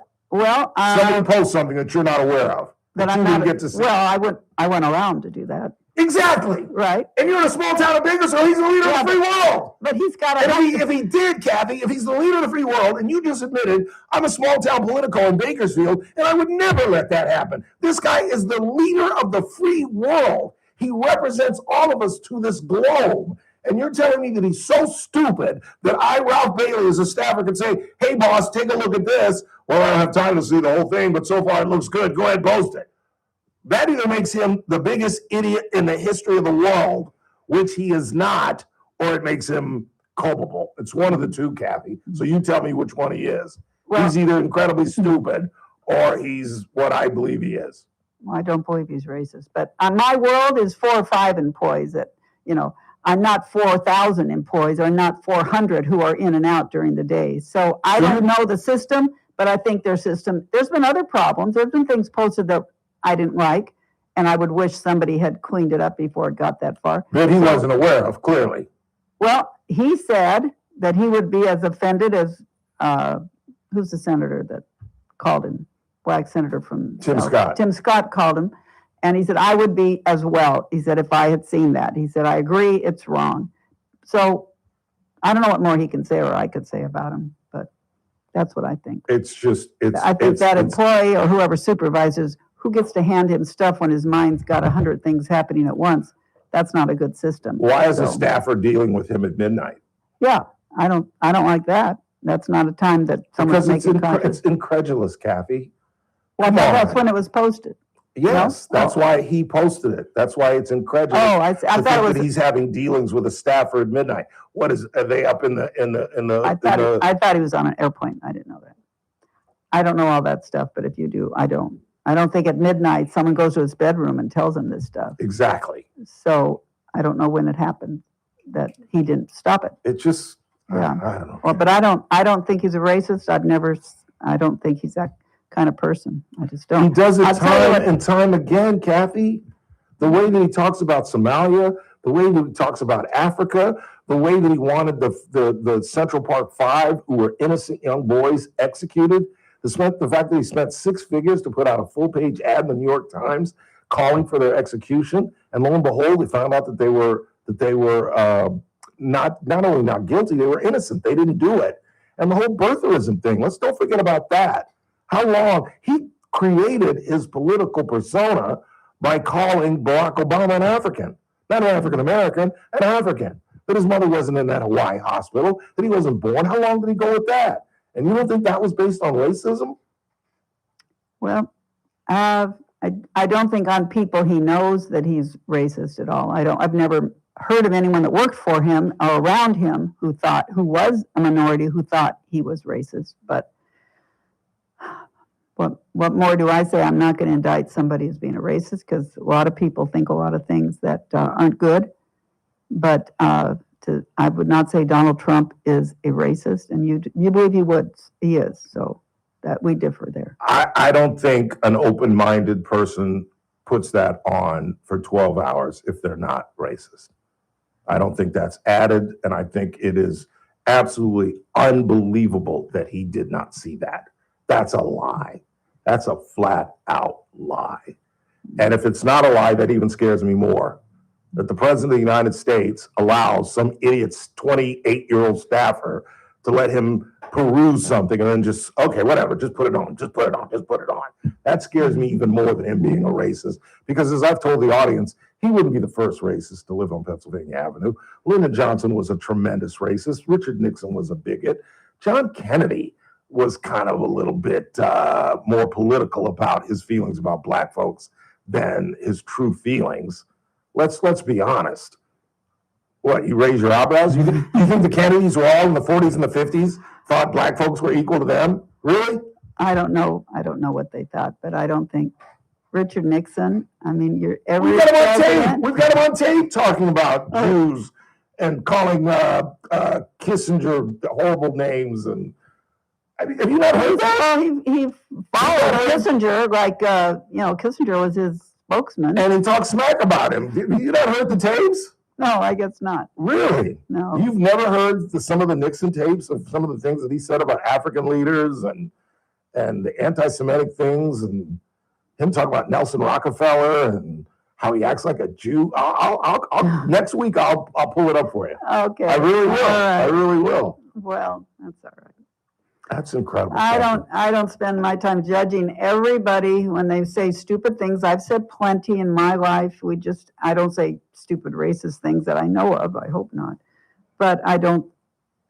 But I don't know. We got a lot bigger fish to fry and then indict people that are.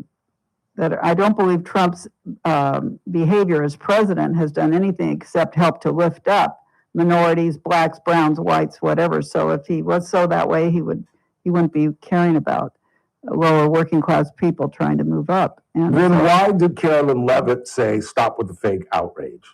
She seemed to think and again, I never saw this skit, but she seemed to think that that it wasn't, the implication was more about this movie and that the movie set it up that way. But you're saying it wasn't, so she's wrong. And you know what the whole thing was about, supposedly, according to the president? The 2020 election. And the fraud, and me winning the election, and boo, boo, boo, boo, boo. Do you still believe that? In the wake of him sending Tulsi Gabbard down to Atlanta and revisiting this thing, a caller called in and tried to throw January 6th in my face. And I said, look, only losers look through life in their rearview mirror. It was 6 frickin' years ago. We've got a big midterm that's going to change the world in about 9 months. And we're talking about 2020, and then 2 days later, Tulsi Gabbard was in a Fulton County elections office, and I'm like, God, he's making my job so hard. I agree with you on that. I think we're over that. I don't see all this evidence people talk about, but the biggest problem in this state, there's plenty of ways that people, we have a sloppy system by law. The state changed it. You can register up till 8:01 p.m. You can mail it in, and next day can be delivered by Abernathy Delivery Service days later. You can all these live ballots sent out to every 2-bit address in the state that are floating around trash cans. I've picked out 17, my staff did, out of Stockdale Post Office, live ballots in the trash. It's dangerous. And then, you know what they do to cure them? They, when the elections department sees a signature they don't like, they send you a letter and they say, sign your name and send it back in. And then I ask the elections department, so when they send it back in, what's the signature? Well, whatever they sent in. Yeah. I have trouble with that. So, because you know what? I can collect them all and keep using my address, and I don't do that. Don't get ideas, listeners. Yeah. Are we going to get voter ID? Chuck Schumer is running around making this ridiculous comparison. Yeah. Of Jim Crow 2.0, when 95% of Republicans think we need voter ID, 71% of Democrats, 71% want voter ID. And I don't understand how Democrats get away with being on the wrong side of 80-20 issues. Because they like to say, which is racist, Black and brown people, they don't have driver's license. They don't have this IDs. Come on. Oh my God. The state of California gives you one for free. If $7, you can have an ID, a driver's license, a little bit more, but they even will pay for it. That's what they said. And I was waiting for the explosion when that came out. But you can't do anything. Madeline wanted a library card of her own, and she went down there and she had to show ID and all this for a library card. Yeah, you can't live without an ID. Yeah. You cannot live in the United States without an ID.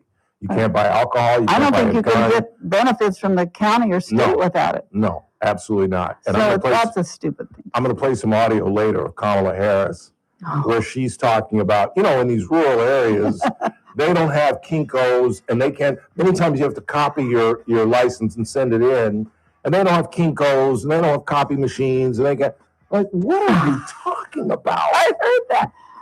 Oh my gosh, she's in a cloud.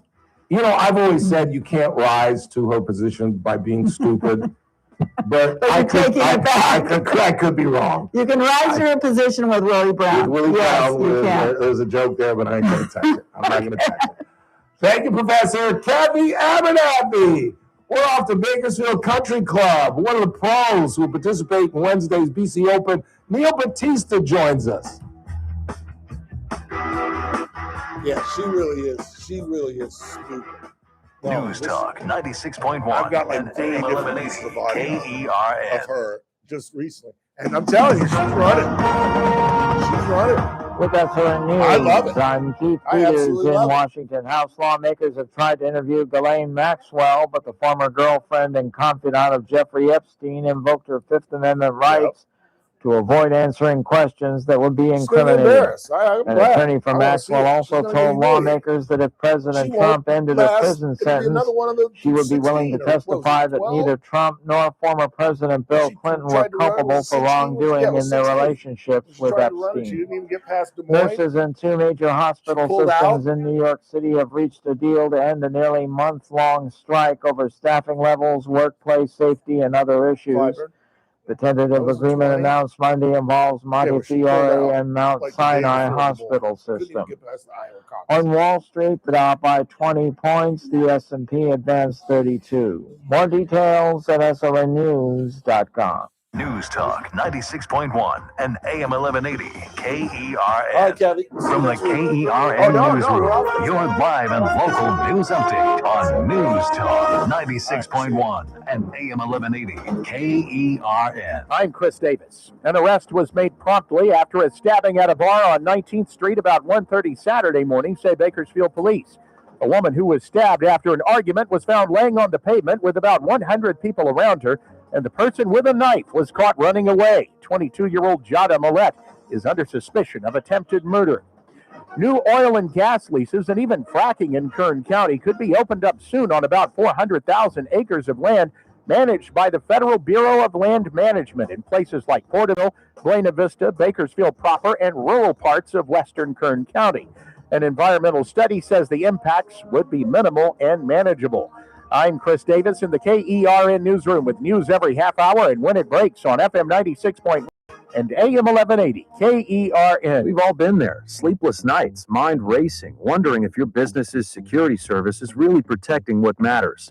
At Bay Alarm, we can put your security insecurities to bed. Video security, burglar alarms, fire alarms, access control, 24/7 monitoring, and more. Our advanced technology and personalized support ensure you can rest easy, knowing we're here for you, your people, and your business.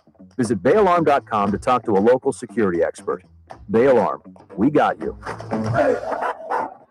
Not again. This copier is always jamming. We should call American Business Machines. Since 1927, American Business Machines, an authorized Canon dealer, has been providing reliable office solutions. From state-of-the-art copiers to advanced printers, we ensure your business runs smoothly. Visit abm1.com or call us today at 1-877-YES-ABM1. That's 1-877-937-2261. American Business Machines, your trusted partner for all your office technology needs. Tuesday's Armstrong and Getty Show, day 2 of our Bad Bunny outrage. I'm kidding.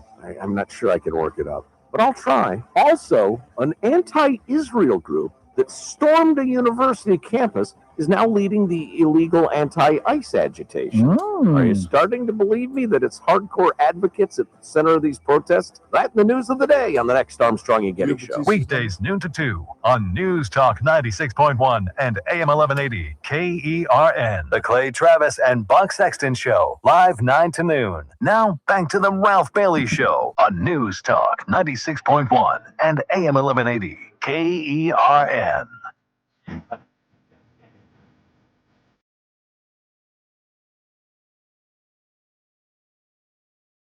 842-5376-842-KERN. The Kern Radio Studios are powered by Adaptive Networks. For all your IT needs, call Adaptive Networks at 661-241-0638 or online at adaptive-net.com. Coming up at the top of the hour, we got our Black History Month moment today. Today, we focus on Dred Scott, a man born in slavery and is part of one of the most infamous Supreme Court cases in history. Got some audio to play for you. You'll hear from Lindsey Vonn prior to her tragic weekend. And just some audio I found of a hater. This woman, everybody's got a podcast. Andy Warhol was right. Everybody's going to get their 15 minutes of fame. And this woman just digs into Lindsey Vonn, claims that she did this for a publicity stunt and likes and all this nonsense. And I'm like, lady, you have never been an athlete. You have never been a competitor. And you have no idea what it's like to have to stop doing something that you loved since you were like 5 years old. And it didn't end well, but it's still a great story, and Lindsey Vonn is still a badass. In the meantime, the BC Open got underway today. The Pro-Am is today. The players will get a practice round tomorrow, and then they'll stick it in the ground for real on Wednesday. 35% of the field will be cut on Thursday, and then Friday is the final day and the check presentation. They're vying for a purse of $150,000, with the winner receiving $30,000 on Friday. And joining us is one of the pros up at Bakersfield Country Club, Neil Batista. Neil, what's really going on? How you doing? Ralph, how are you, sir? Everything's good on my end. Good. Did you participate in the Pro-Am this morning today? Yes, I did. We got done about 3:30-ish. Yeah, about 3:30. Yeah, and what's the course look like in terms of the greens and everything? What's going on out there? So a couple of different things going on with the course this year. You've been out there a couple of times. Yep. You know about the changes, but for those listening, we decided not to overseed around the greens this year, so we have Bermuda grass around the greens, which really, really changes things. That ryegrass, like winter rye, like you would find on your front lawn, is not there this year. So we have a greeny surface to chip on, and that really, really changes things, chipping and pitching around the greens. Yeah, it makes for real tight lies. How do you approach that? Are you just trying to pick it? Yeah, so there's a couple of different ways. It adds an extra step to your process. You have to first assess your lie, and then you have to decide if it's into the grain or down grain. If it's into the grain, you usually are looking to play the ball a little bit lower. It's much more difficult to get the ball up in the air on the grain surface because you definitely run the risk of chunking it if it's not struck right on the button. Yeah. And there have been some holes extended as well. Tell us about that. Yeah, so we put new tee boxes on hole 5, 7, 12, and 15. On hole 5, we added a new box that's about 45 yards behind the original blue box. Yeah, I saw that yesterday. 500 yards. Yeah, it's really new hole from back there. I was just going to say, I saw it yesterday. I was shocked. It's like it's almost in the snack shack. It's so far back. Yeah, it's a big boy golf hole now. So what would you normally hit into that hole, and what are you hitting now? So during this time of year, we actually have the fairways running pretty firm. So from the normal blue box, you drive it over the hill. With a good drive, it's 9 iron to gap wedge, depending on the wind. And now you're flying it into the upslope there. So I hit on my best drive a 6 iron from about 185, 190 to a 4 iron from about 110. So really changes it from a scoring hole to let's make a good 4 and get out of here type of hole. Wow. And 15, what is that? That's the par 5. Par 5? Yeah. So that one we added a box about 15 to 20 yards back, which not the biggest thing as far as distance goes. You can still reach the green in 2, but the chute on the tee box becomes really narrow. You have to be extremely precise with your starting line because there's trees that make the alleyway pretty narrow on that hole. So you really got to hit a good one to be able to reach that green in 2. Yeah, we were talking to Vivek last week, and he mentioned that big tree on the left, and I told him, yeah, I'm pretty damn familiar with that damn tree. And if you go right, you're in jail. You got to punch out. There's no shot. Absolutely. Yeah. It really changes the hole. Before, from where the tee box was, if you hit a drive a little bit right, you could fly it far enough to where you're kind of past the trees on the edge of the corner. I hit it right, and I've only gotten to play off the tee box once before they closed it to let the grass grow. But I hit it right, and you're struggling to hit a good chip out and then leave yourself a reasonable third shot. So that's going to be one that I don't know if they're going to use it all 3 rounds, but I'm pretty sure we'll see some of these new tee boxes in play at least once or twice throughout the week. Yeah. BCC Pro Neil Batista is our guest. Another change is you guys are going to be riding the first couple of days. Does that have any impact on play other than speed of play? No. It's definitely a little bit different as far as the flow of the round goes. When you're walking, if you have a caddy, you're kind of in your own zone, doing your own thing until you meet up with the rest of your group on the green. There is a little bit of etiquette that goes involved with riding with another player in a tournament. And overall, they did it just for pace of play reasons. In the past, this tournament has struggled to finish in darkness. So I believe Paul and Jim decided that it would be efficient for all of us to ride, which, it's just one of those things that you make a quick adjustment to your game plan as far as, how much you're going to talk with the other players and how, if you have a caddy, you're going to approach that. But not a huge deal. We're kind of used to whatever curveballs they throw to us at this point in our careers. So you're riding with another player. That ought to be interesting. Yes. Well, I mean, it'll be threesomes, and I believe there's 2 carts. So I actually have a caddy this week. One of my good friends / little brother, Giancarlo Sacco, is going to caddy for me. So that's right. I saw him out there yesterday. He told us that. That's pretty cool. Yeah. So hopefully we'll have our own cart. If not, he'll either hop on the back or run up the fairway ahead of time so he can find balls for us. But that's really the only thing. If you have a caddy, hoping that you got that extra cart, or hoping that the other 2 players in the group will accommodate you and ride together so you and your caddy can do your thing in your cart. Yeah. Talk about how important the Asher Tour is in terms of the progress. Next phase, the Korn Ferry Tour. Next phase, you're playing on television. And am I right? Did the guy that won, Chris Gotterup, I think his name is, that won the waste management tournament yesterday, wasn't he on the Asher Tour at one point?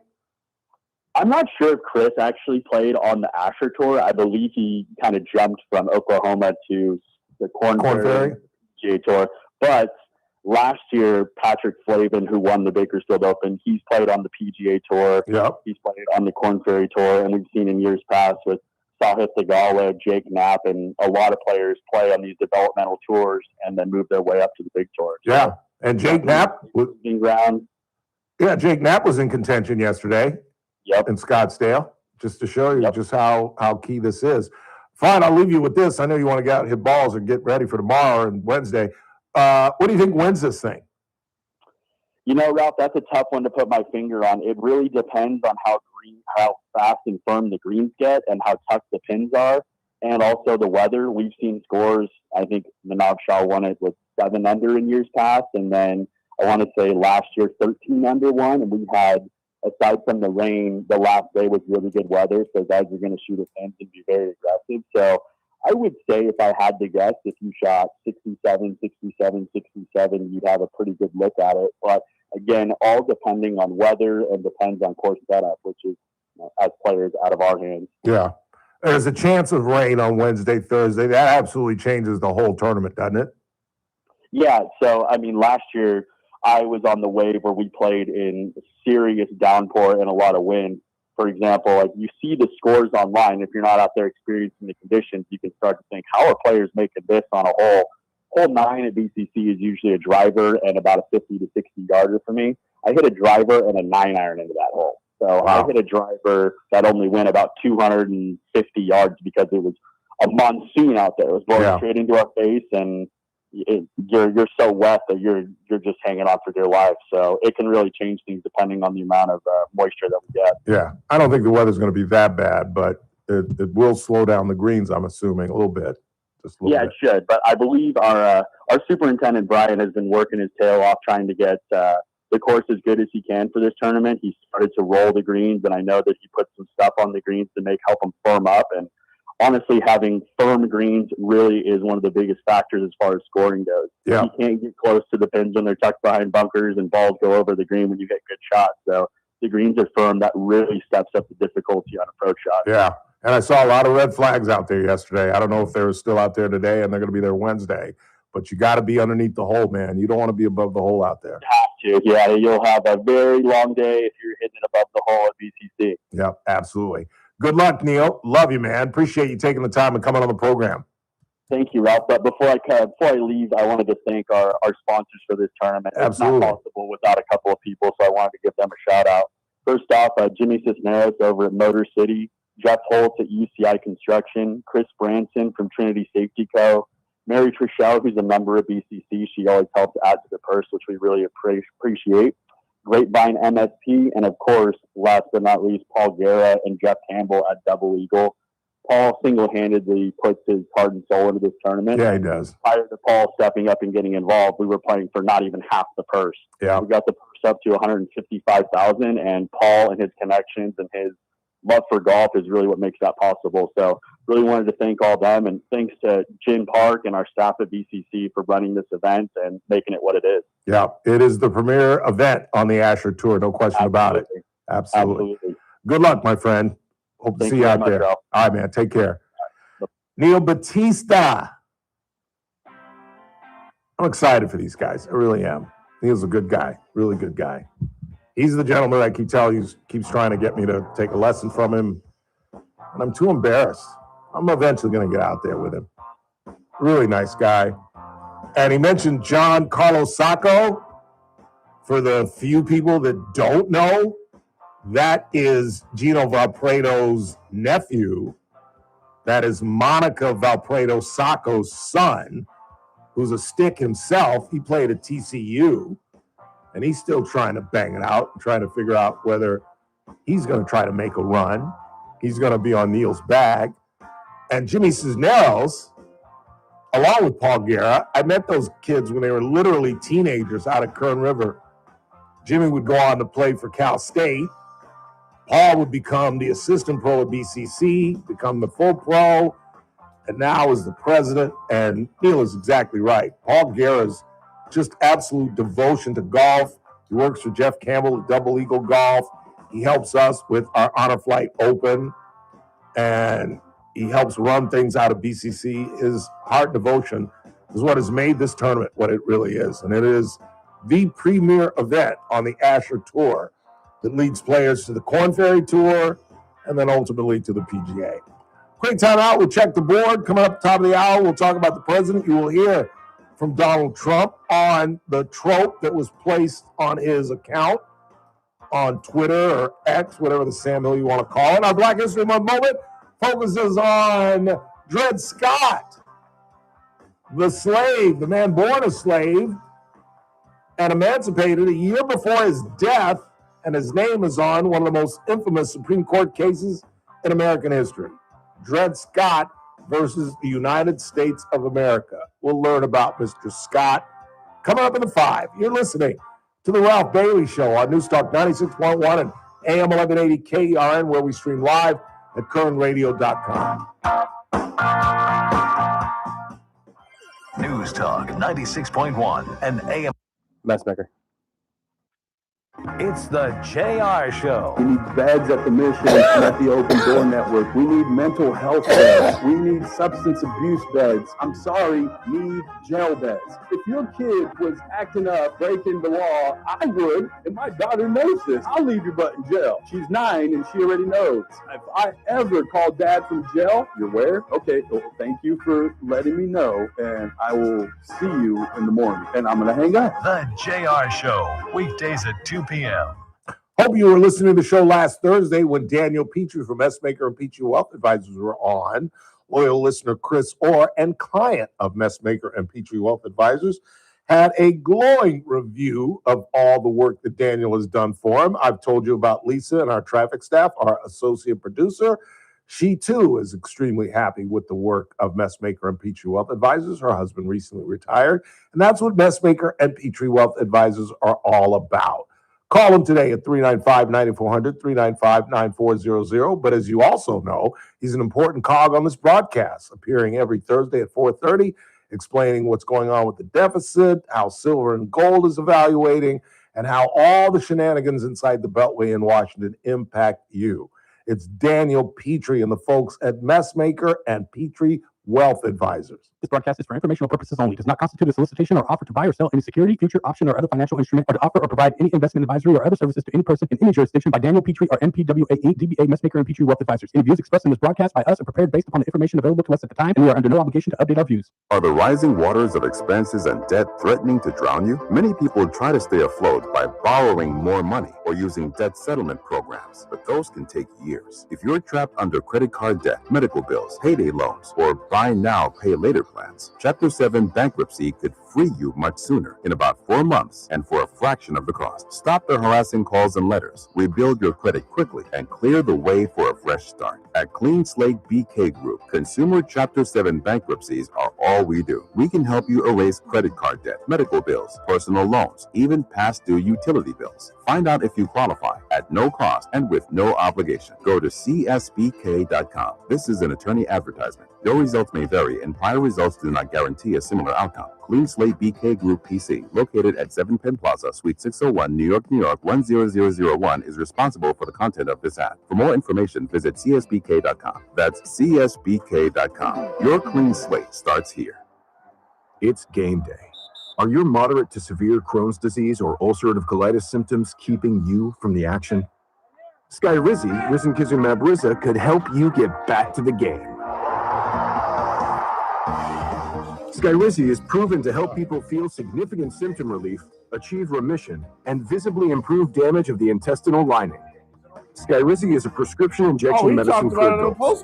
Don't use if allergic to Skyrizi. Serious allergic reactions, increased infections, or lower ability to fight them may occur. Before treatment, get checked for infections and tuberculosis. Tell your doctor about any flu-like symptoms or vaccines. Liver problems leading to hospitalization may occur when treated for Crohn's or ulcerative colitis. Control is everything to me. Ask your doctor about Skyrizi, the #1 prescribed biologic in Crohn's and ulcerative colitis combined. Learn more at skyrizi.com or 1-866-SKYRIZI. You're listening to The Ralph Bailey Show. Catch me weekday morning 6 to 9 a.m. on First Look with Scott Cox, News Talk 96.1 at AM 1180 KERN.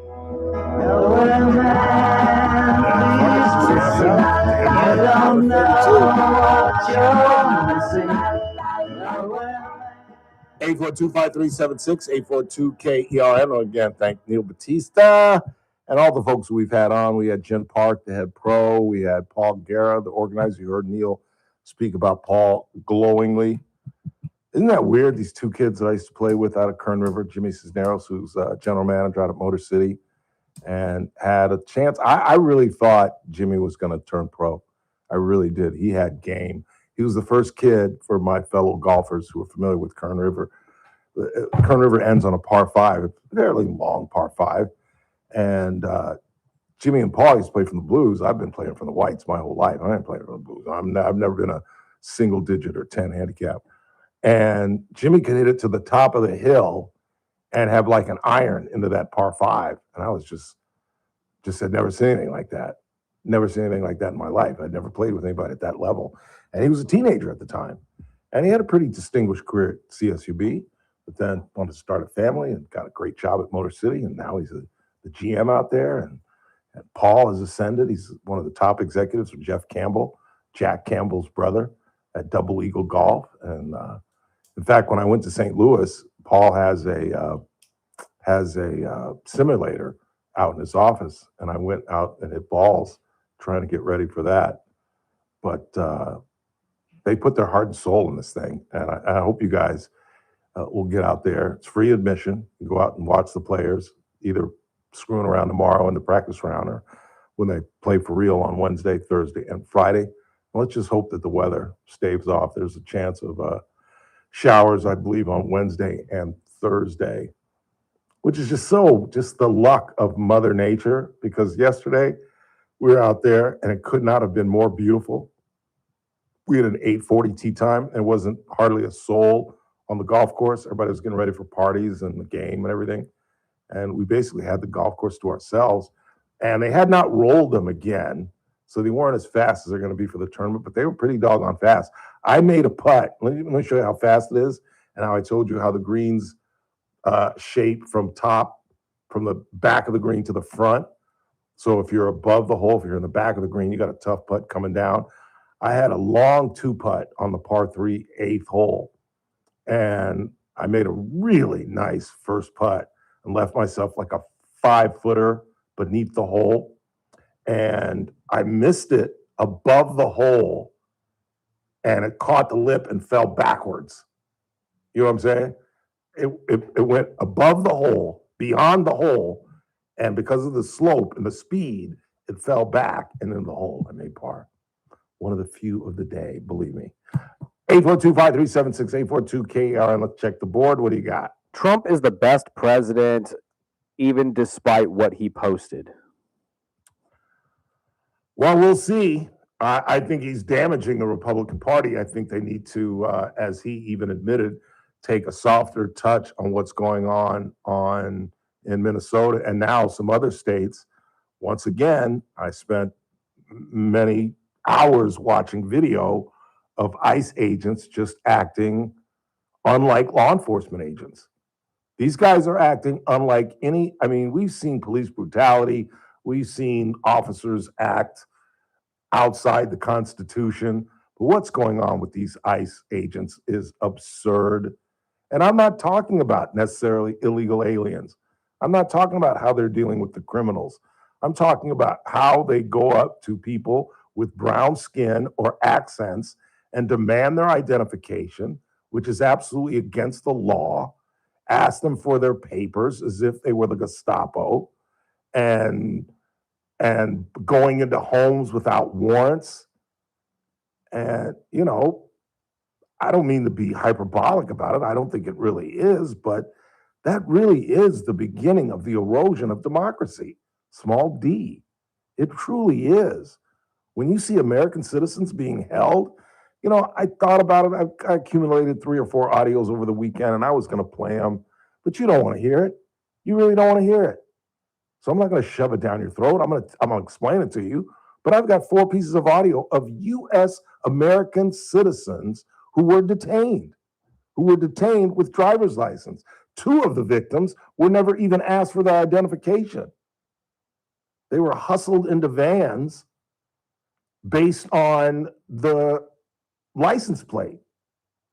So in other words, if you're an American citizen and you're married to or driving a car of someone who may not be an American citizen, you are found guilty until they can prove that you're innocent. And it may not be a driver's license that gets you off the hook. And then you're held for 12 hours, and then they say, all right, and they cut you loose. That's not America. Don't sit there and say, well, Ralph, they got cut loose. How would you take it if you got held for 12 hours as an American citizen in your country simply because you had an accent. It's just crazy the way they're treating women. I saw some video this weekend. Granted, it was one of those ice watchers who was getting funky and screaming and yelling and blowing whistles, but it's not law enforcement's job to treat those people physically violently.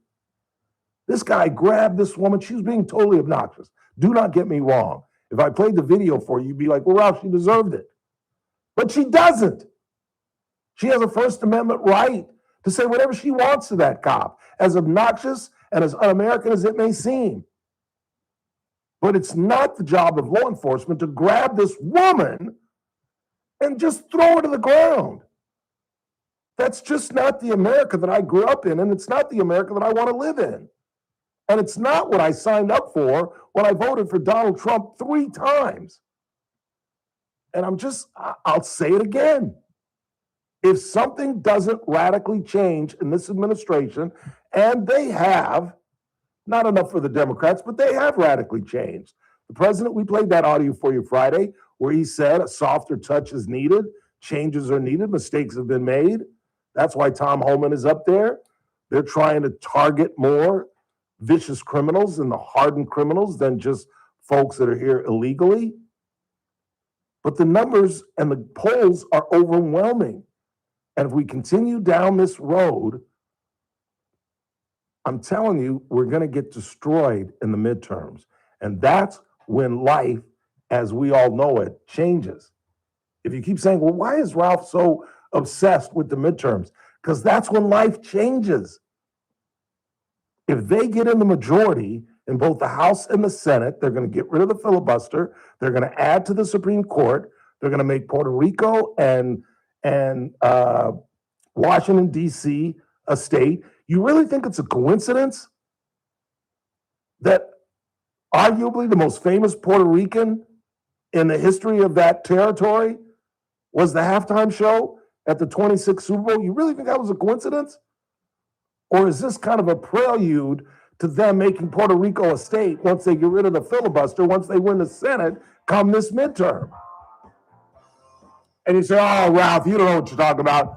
Time will tell, won't it? Time will tell next Christmas. And if they don't get rid of the filibuster, I'll crawl on my belly out of the state of California. But that's coming. And life as we know it is going to radically change in America. Anything Trump has done, they're going to tear down. You can bet on that. Quick time out. We head into the final hour of the broadcast on this Monday. It's the Ralph Bailey Show on News Talk 96.1 and AM 1180 KRN, and we're streaming live at kernradio.com.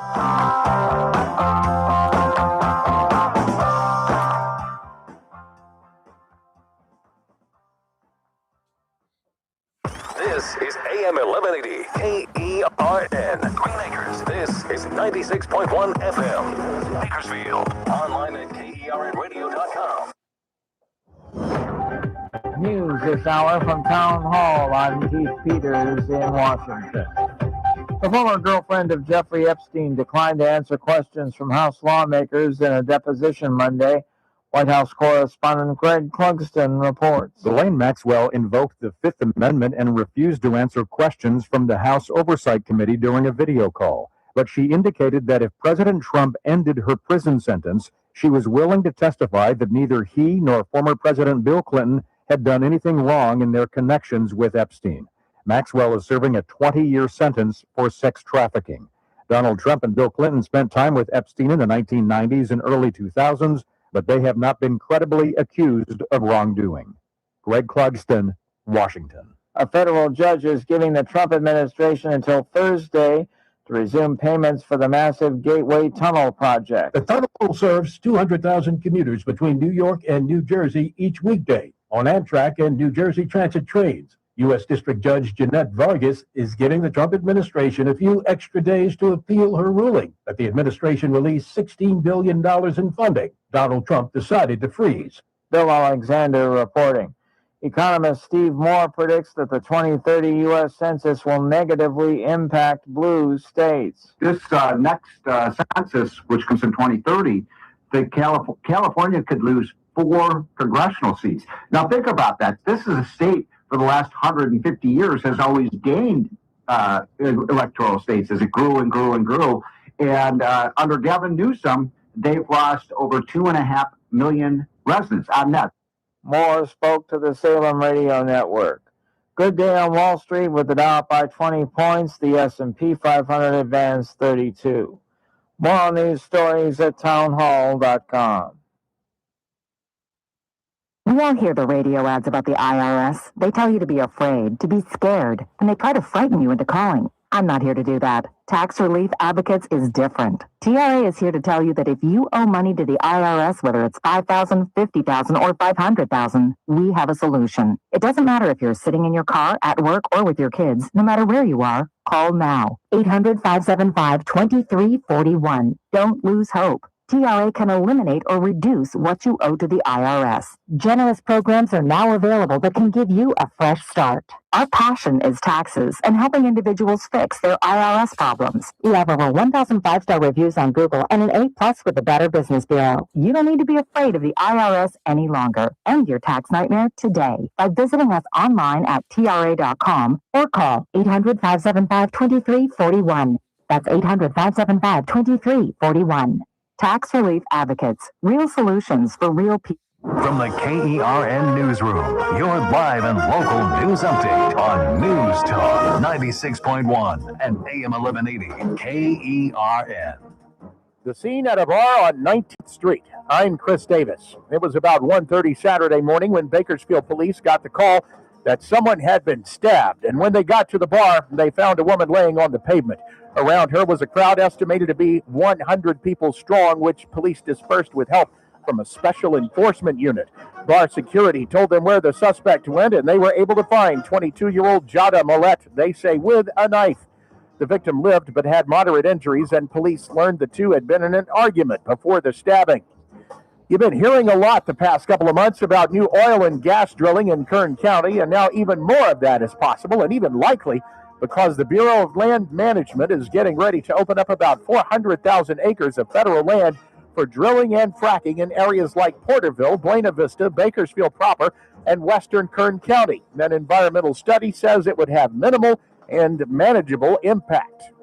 5 new drones are now being used by the Kern County Fire Department, and they expect the capabilities will be expanded further in the coming months. One of them was used in the big pileup on Highway 58 to help spot injured people in the fog, and KGET reports one of the capabilities is determining how large a fire might be and getting vital info to the incident commander. Fletcher Elementary first grade teacher April Regendon is one of 5 California Teachers of the Year, and she will be representing California in the competition for National Teacher of the Year. Regendon has been teaching for more than 20 years, and one of the reasons she was chosen is because of her inspiring hands-on teaching philosophy. I'm Chris Davis in the KERN Newsroom with news every half hour and when it breaks on FM 96.1 and AM 1180 KERN. What do you think, this is the Army where you shoot them a mile away? You gotta get up close like this. Bada bing, you blow their brains all over your nice Ivy League suit.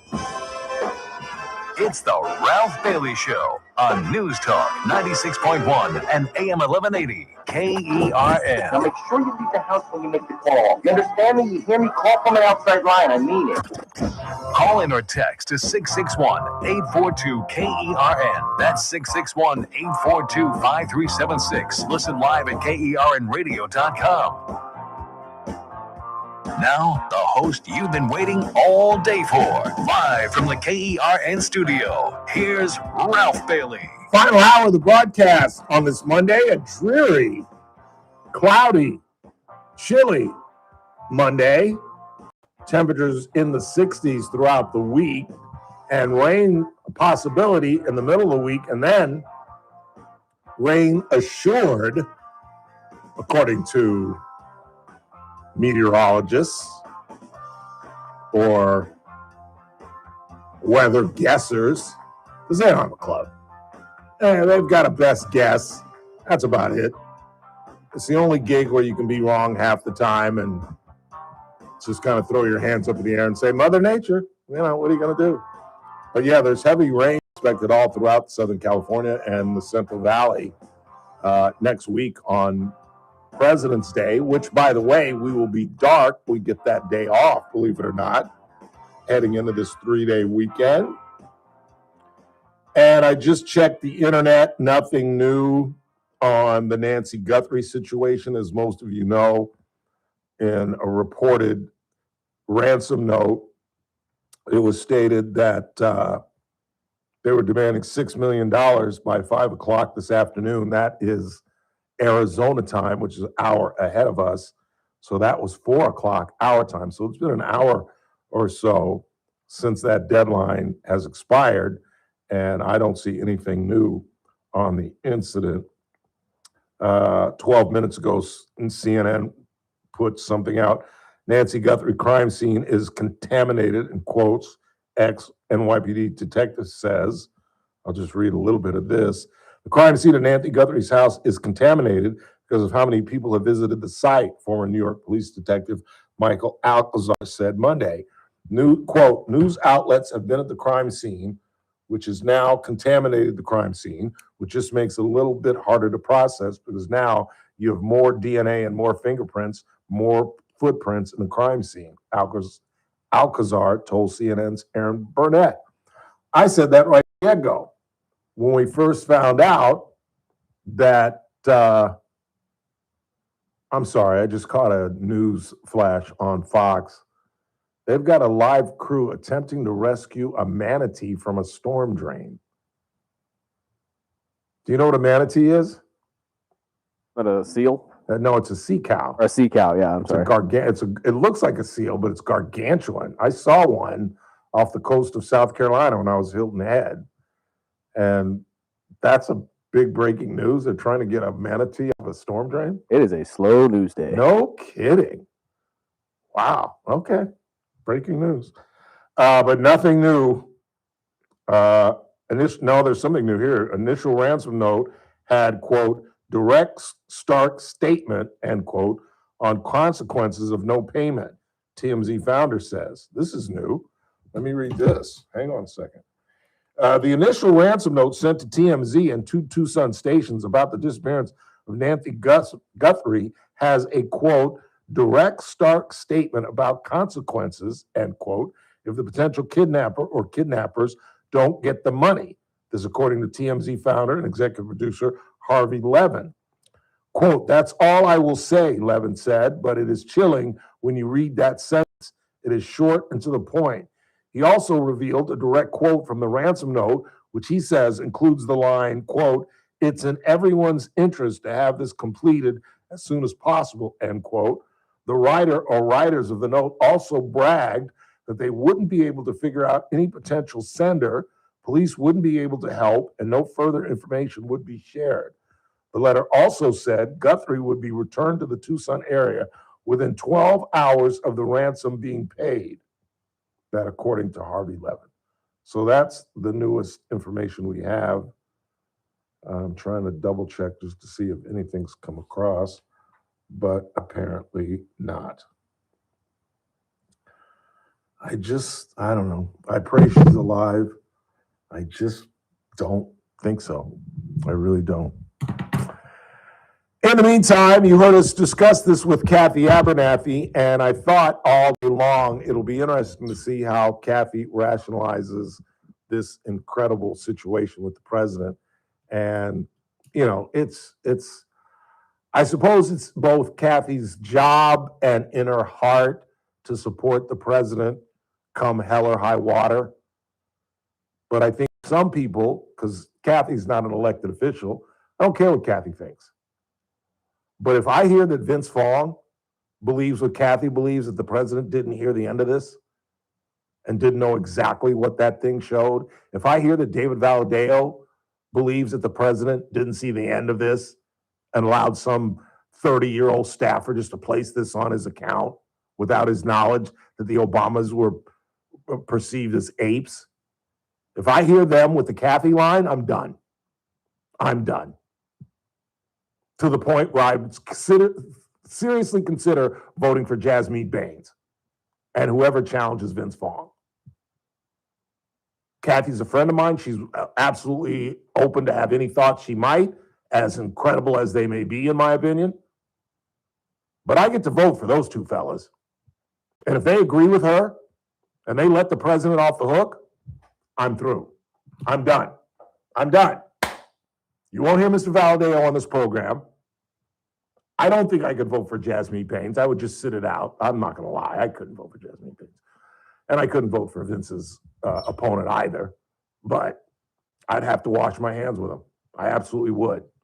This is so ridiculously blatant.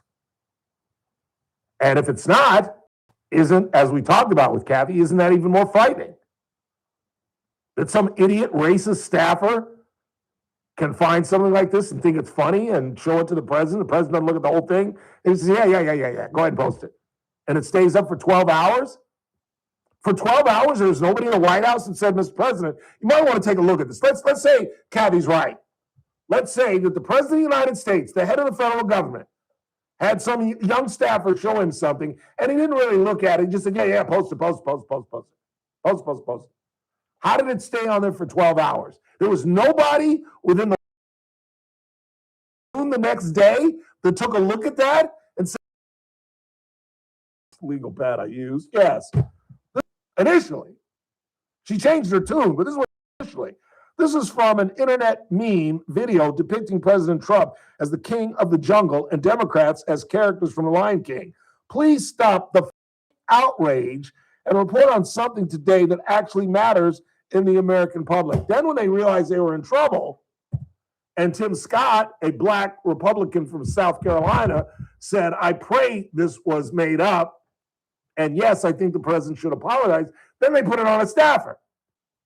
They didn't say this is fake outrage. They had to change their tune and say, well, it was a staffer that placed it on. Then they came out with another version. Well, the president looked at it, but he didn't really look at it. I mean, that's the old Bill Clinton. It just depends on your definition of sex or whatever the hell lie he told. I didn't look at the whole thing. I just looked at it for a couple of seconds and said, yeah, go ahead and post it. Here's the president trying to explain.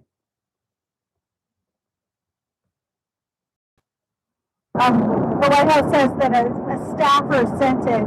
Who sent it, and are you going to fire them? I looked at it. I saw it, and I just looked at the first part. It was about voter fraud in someplace, Georgia. There's a lot of voter fraud, 2020 voter fraud. And I didn't see the whole thing. I guess during the end of it, there was some kind of a picture that people don't like. I wouldn't like it either, but I didn't see it. I looked at the first part, and it was really about voter fraud and the machines, how crooked it is, how disgusting it is. Then I gave it to the people. Generally, they'd look at the whole thing, but I guess somebody didn't. They posted, and we took it down, and but that was a voter fraud that nobody talks about. They don't like to talk about that post. We took it down as soon as we found out about it. Mr. President, a number of Republicans are calling on you to apologize for that post. Is that something you're going to do? No, I didn't make a mistake. I mean, I look at a lot of thousands of things, and I looked at the beginning of it. It was fine. They had that one post, and I guess it was a takeoff. By the way, a lot of people covered. If you look at where it came from, I guess it was a takeoff on The Lion King, and certainly it was a very strong post in terms of voter fraud. Nobody knew that was at the end. Which, once again, let's take him for his word, which I don't. I absolutely don't. You heard that answer. That sounded like an 11-year-old kid who was told not to eat the cookies, and he's got chocolate all over his face. And he's trying to say, well, I looked at the cookies, but I didn't eat any of them. And if he did, in fact, look at it, but didn't examine the whole thing, what, is he going the route of Uncle Fluffy now? Is he starting to lose his mind? You are the president of the United States. And there are things that you let go on your Twitter account, your X account, your Facebook account, your Instagram account, on press releases that you don't really look at? I don't know what's more frightening.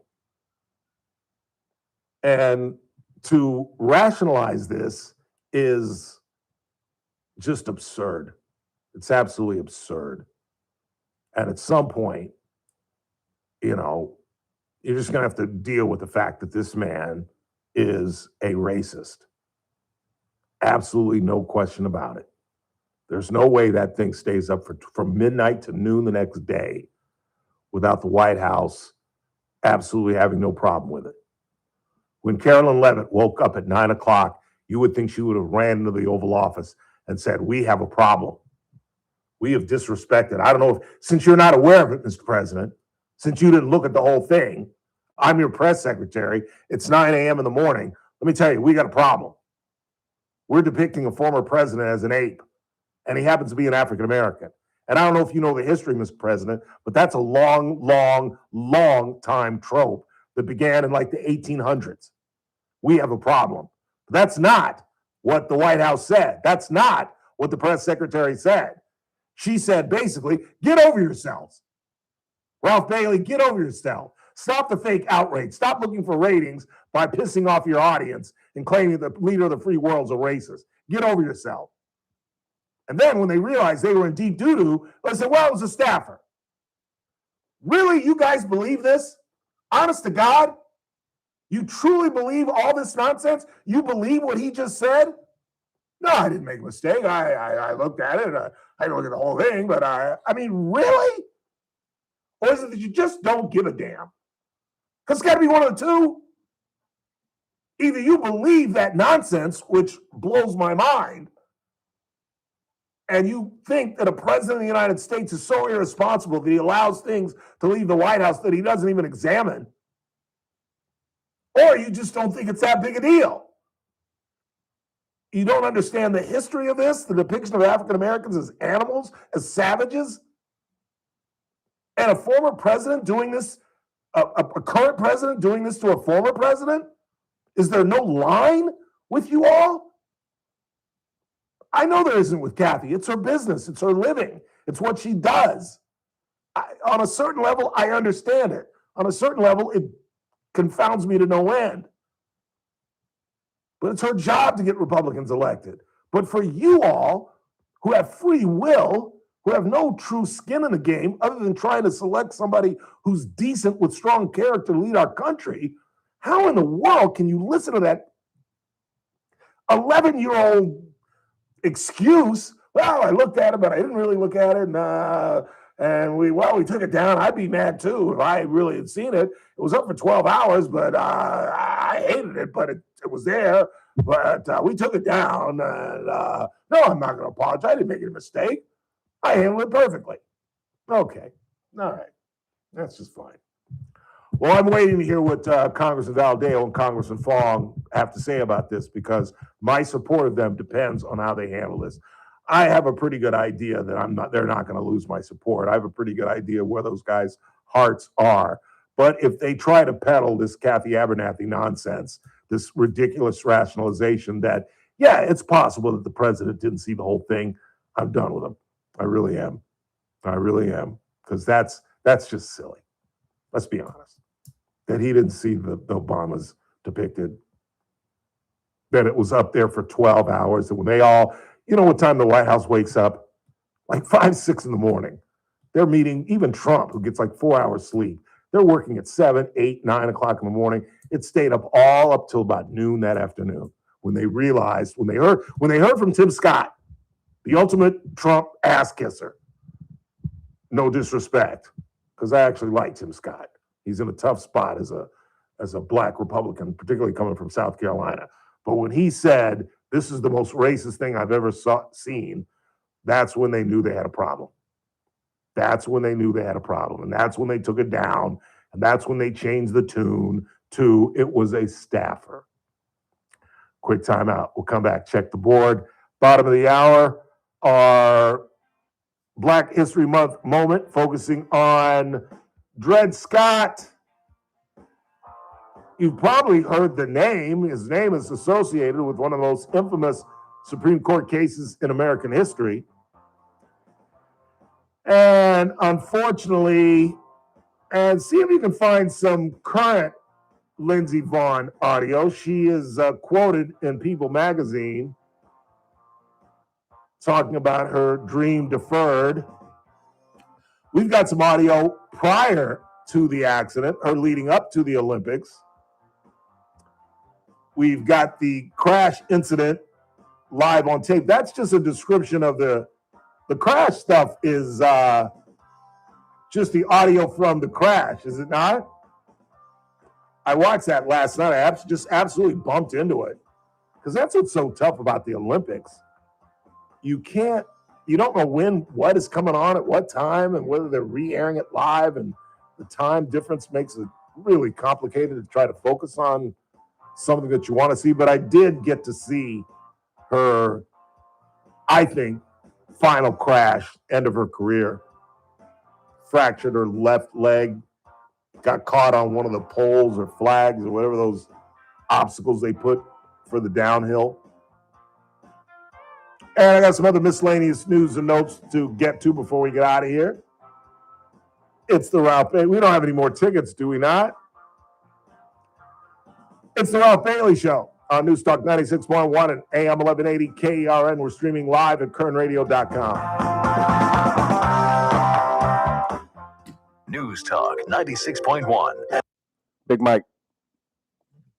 Start your day right. First Look with Scott Cox, 6 to 9 a.m. On the Tuesday edition of the First Look program, we'll talk water with the best in the business. That'd be Lois Henry from sjbwater.org. We'll see how my plans go into purchase the world champion Seattle Seahawks, and we will have state-of-the-art news, traffic, and weather. It's all happening 6 to 9 a.m. right here at News Talk 96.1 and streaming live on the internet at kernradio.com. First Look with Scott Cox, 6 to 9 a.m. News Talk 96.1 and AM 1180 KERN. Did you spend the weekend getting ready for the big game, slaving to the rhythm for all your guests at the house yesterday, when you should have turned to Big Mike's Ragin' Barbecue? That's right, my good friend Mike Arieh, former NFL football player for the Green Bay Packers and the New York Giants, for the last 25 years has been dominating the catering business with Mike Arieh's Big Mike's Ragin' Barbecue. Call him today at 393-5507, 393-5507. Doesn't matter what the event is, whether it's a corporate event, a wedding, a family gathering, or a Super Bowl, you're going to get Mike Arieh. He comes with his team, his rig, and his crew. They do the cooking, they do the serving, they do the cleaning up. You do nothing but eat some of the best catered food in Kern County. Call him today at 393-5507. No matter what your event is, call Big Mike's Ragin' Barbecue, 393-5507, dominating the catering business for 25 years. Carpet Outlet Plus. Every day is sale day. No one can beat us, no one can touch us. You won't find better prices. Shop and compare, we don't care. Take a look our way and come into Carpet Outlet Plus. Every day is sale day. Carpet Outlet Plus is celebrating 30 years in business by offering you no interest financing for 12 months. Head over to carpetoutletplus.com to apply now. You can get new waterproof flooring and comfy carpet in the bedrooms, all from one trusted place. Over 70,000 customers can't be wrong. It's probably been time to change your floors for a while, so call, click, or stop by today. Carpet Outlet Plus, 3.5 blocks west of 99 on Rosedale Highway. Carpet Outlet Plus. Every day is sale day.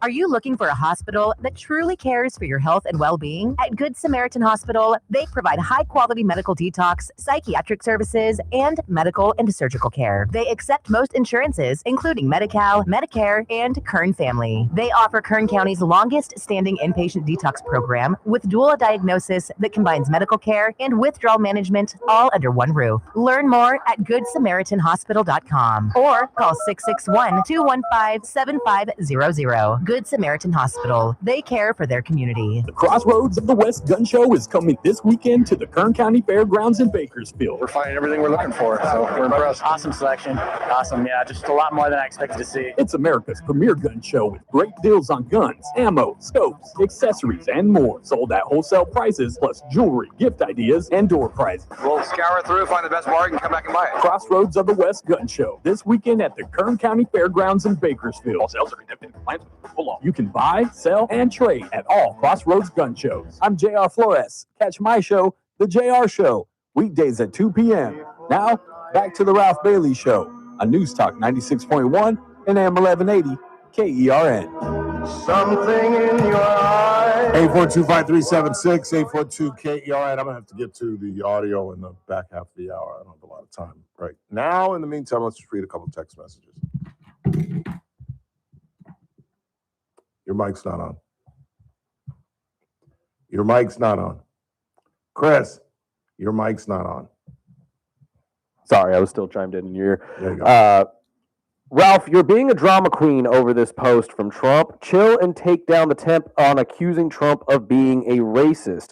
Clearly, you're entitled to your opinion, but you're wrong here, and it is believable that he did not see it. Any number of reasons why he didn't see the video all the way through to the end. Really? Hey, I appreciate you telling me that I'm entitled to my opinion. I really appreciate that. I wasn't aware of that. Thought we were still in the 1800s, maybe I'm Dred Scott or something.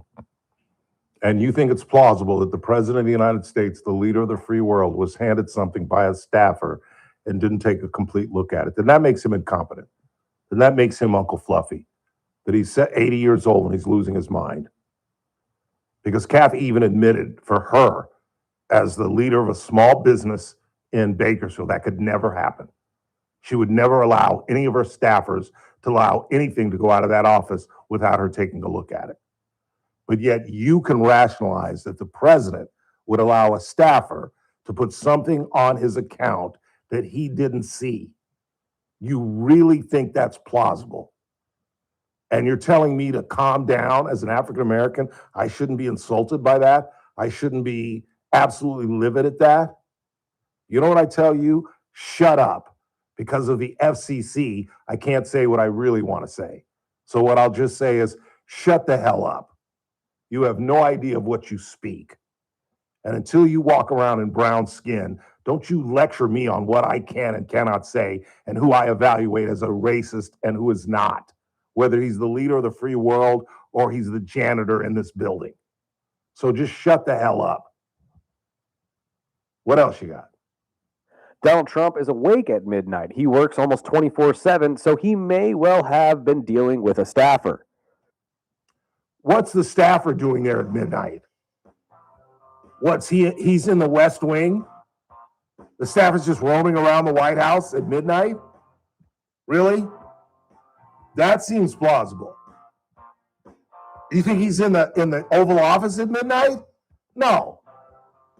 He's in the area in which they live at midnight. He doesn't go to bed, but he's not roaming around the White House like Nixon. And you think a staffer has access to him at midnight? Okay. You guys keep finding reasons to make this okay. That a former president was depicted as an ape. You keep on rationalizing. And you're going to run black folks right out of the Republican Party.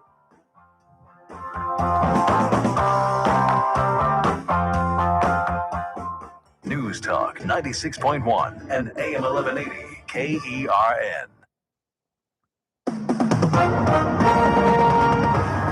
With SRN News, I'm Keith Peters in Washington. The FBI says it is unaware of any continued communication between Savannah Guthrie's family and suspected kidnappers. The FBI said in a statement Monday that it still has not identified any suspects or persons of interest in the mysterious disappearance of 84-year-old Nancy Guthrie. Savannah Guthrie said the family was in an hour of desperation in a video released Monday. Nurses in 2 major hospital systems in New York City have reached a deal to end a nearly month-long strike over staffing levels, workplace safety, and other issues. The tentative agreement announced Monday involves Montefiore and Mount Sinai hospital systems. Nurses remain on strike at New York Presbyterian. On Wall Street, the Dow by 20 points. More details at srnnews.com. News Talk 96.1 and AM 1180 KERN. From the KERN Newsroom, your live and local news update on News Talk 96.1 and AM 1180 KERN. I'm Chris Davis. Bakersfield police say they caught 22-year-old Jada Millette running from the scene of a stabbing with a knife in her hand early Saturday morning. She's accused in the wounding of a woman during an argument in front of a bar on 19th Street. Police say a crowd of about 100 people witnessed what went down. 5 new drones are being used by Kern County firefighters who believe they will be useful enough to call the program a game changer for remote fire operations. April Regendon, a first-grade teacher at Fletcher Elementary in Bakersfield, is one of 5 winners of the California Teacher of the Year and will represent the state in the National Teacher of the Year competition. I'm Chris Davis in the KERN newsroom with news every half hour and when it breaks on FM 96.1 and AM 1180 KERN. Attention, Medicare beneficiaries in Kern County. If you're eligible for Medicare and looking for a doctor who listens and cares about you with minimal wait times and prompt referral authorizations, it's time you learned about QualCare IPA. You know, for years, I've been telling you QualCare IPA contracts with most Medicare Advantage health plans and provides you with access to a large network of outstanding doctors and quality hospitals right here in Kern County. Medicare Advantage health plans go beyond original Medicare benefits coverage, and understanding these coverage differences may be confusing. Call us today at 661-554-4544 and let us help you understand your options for 2026. Call today, 661-554-4544. That's 661-554-4544. Get the information you need and the coverage you deserve. For accommodations of persons with special needs and meetings,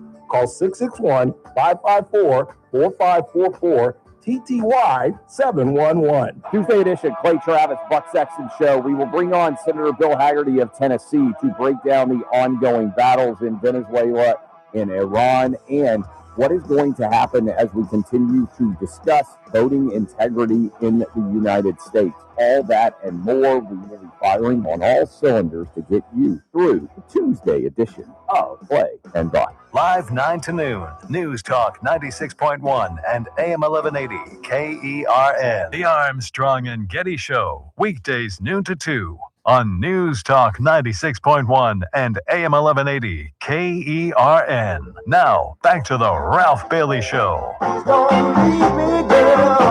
Kern Radio Studios are powered by Adaptive Networks. For all your IT needs, call Adaptive Networks at 661-241-0638, 241-0638, or hit them online at adaptive-net.com. Time for our Black History Moment of the Day. And as I've explained, this year, we've been doing this for years during Black History Month, but this year we're highlighting folks that you may not have heard about it or read about in history. And today we focus on Dred Scott.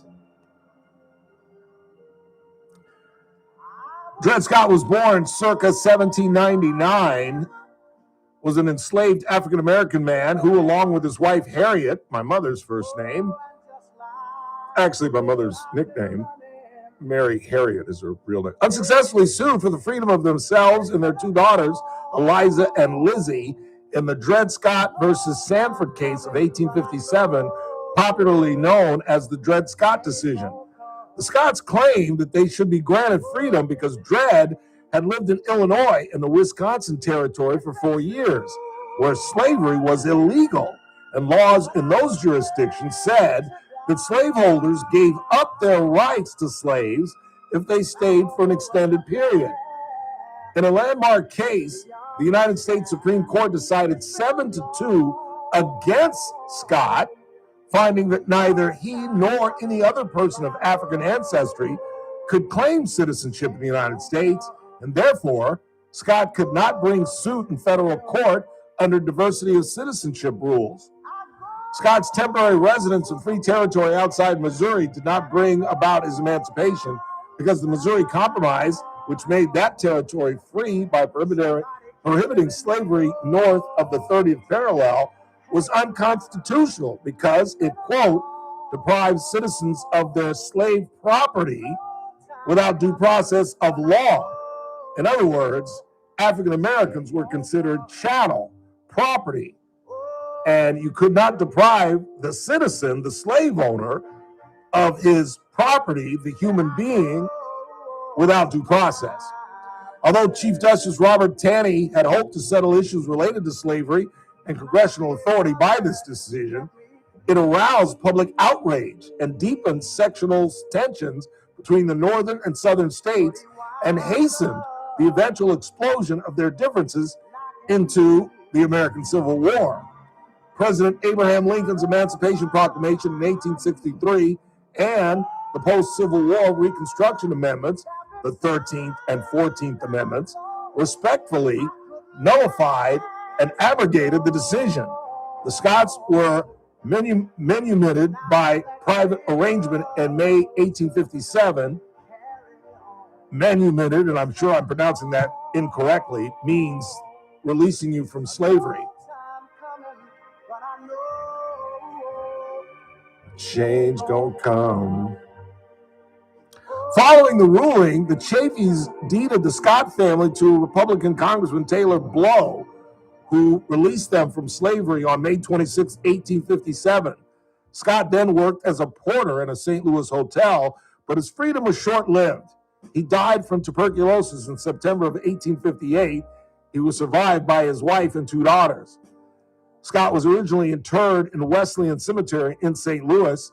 When the cemetery was closed 9 years later, Taylor Blow transferred Scott's coffin to an unmarked plot in the nearby Catholic Calvary Cemetery in St. Louis, which permitted burial of non-Catholic slaves by Catholic owners. Harriet Scott outlived her husband by 18 years, dying in 1876. Their daughter Eliza married and had 3 sons. Their other daughter, Lizzie, never married, but following Eliza's early death, helped raise her nephews. One of Eliza's sons died young, but the other married and has descendants, some of whom still live in St. Louis as of 2023, including Lynn M. Jackson, Scott's great-great-granddaughter, who led the successful effort to install a new towering memorial at Dred Scott's grave at Calvary Cemetery in September of 2023. Dred Scott and the Supreme Court case, which led inevitably to the Civil War, which obviously led to the Emancipation Proclamation and the end of slavery as we know it. One of the most famous African Americans, and I'm willing to bet, unfortunately, that many of you had never heard of him. Perhaps you'd heard of the Supreme Court case, but never heard of his own plight and who he was. 842-5376, 842-KERN. What else you got on the board?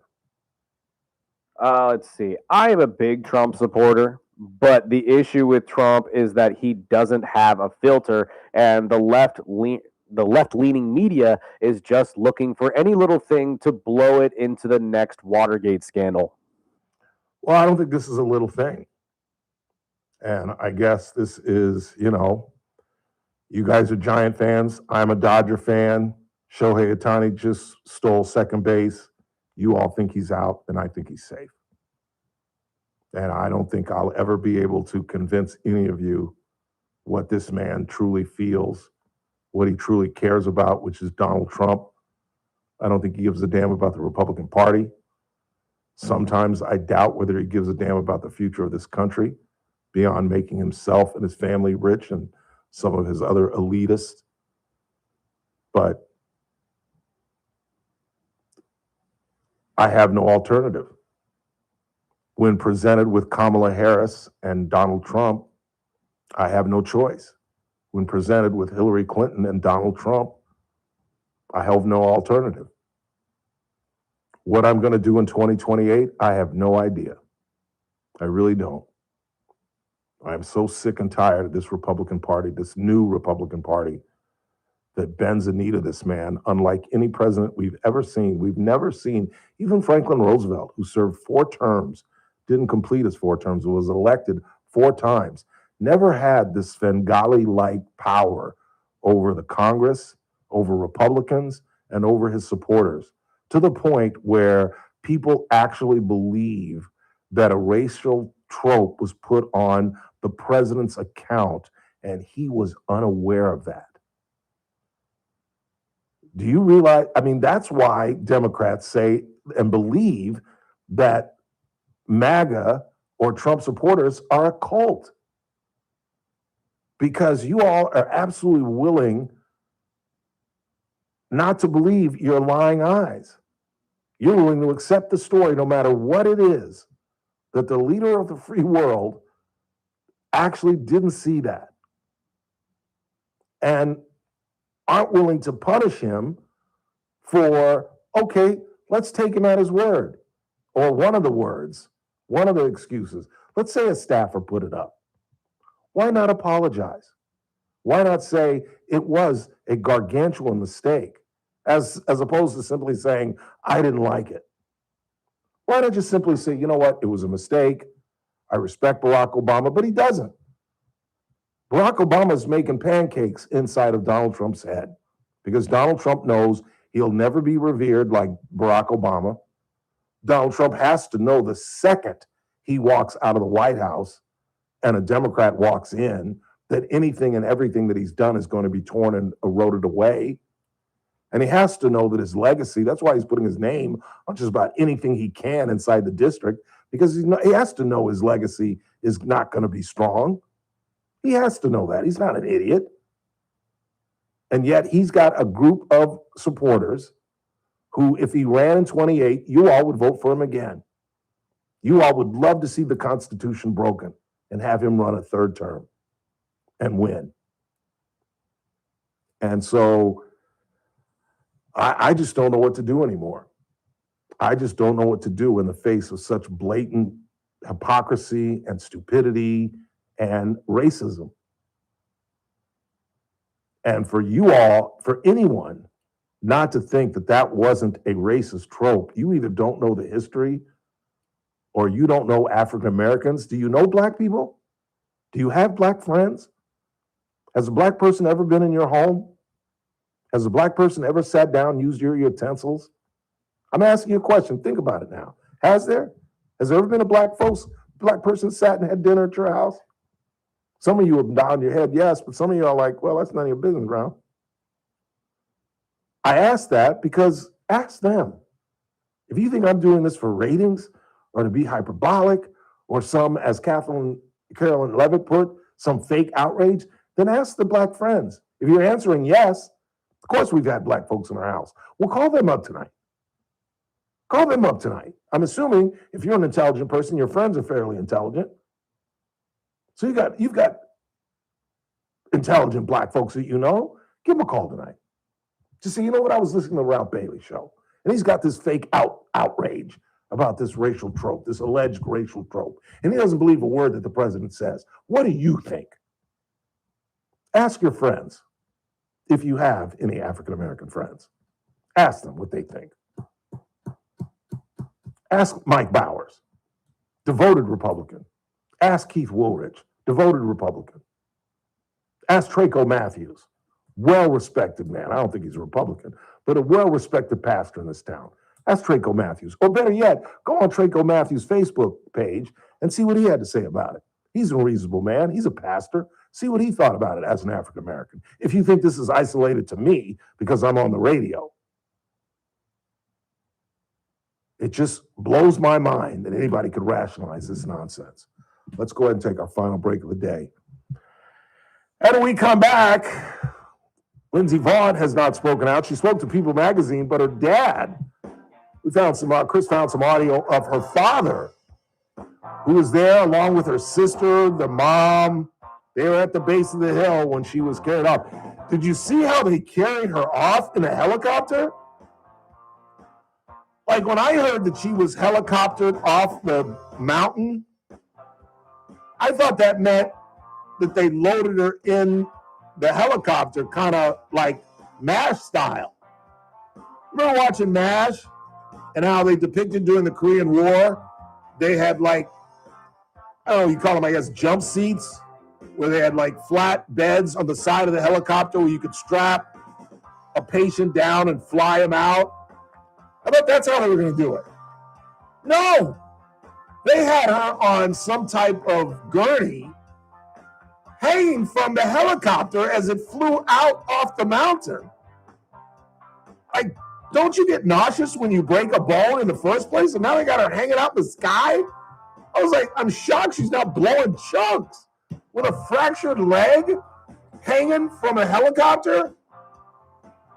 that video absolutely blew me away. You'll hear from her dad, and you'll hear from Lindsey Vonn prior to the start of the Olympics and her thoughts going in before the dream was deferred.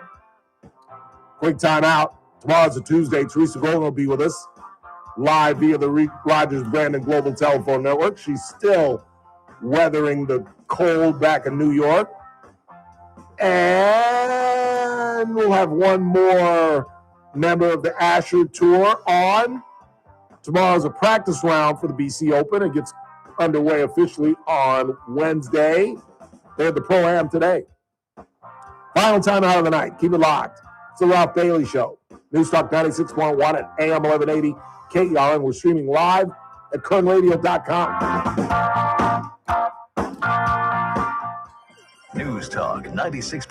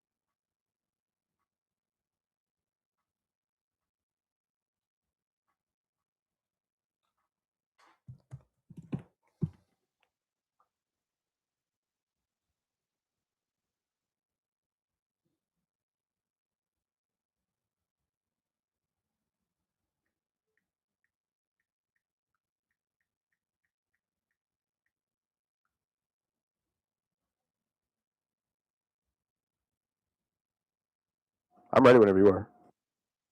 Oh, shit. God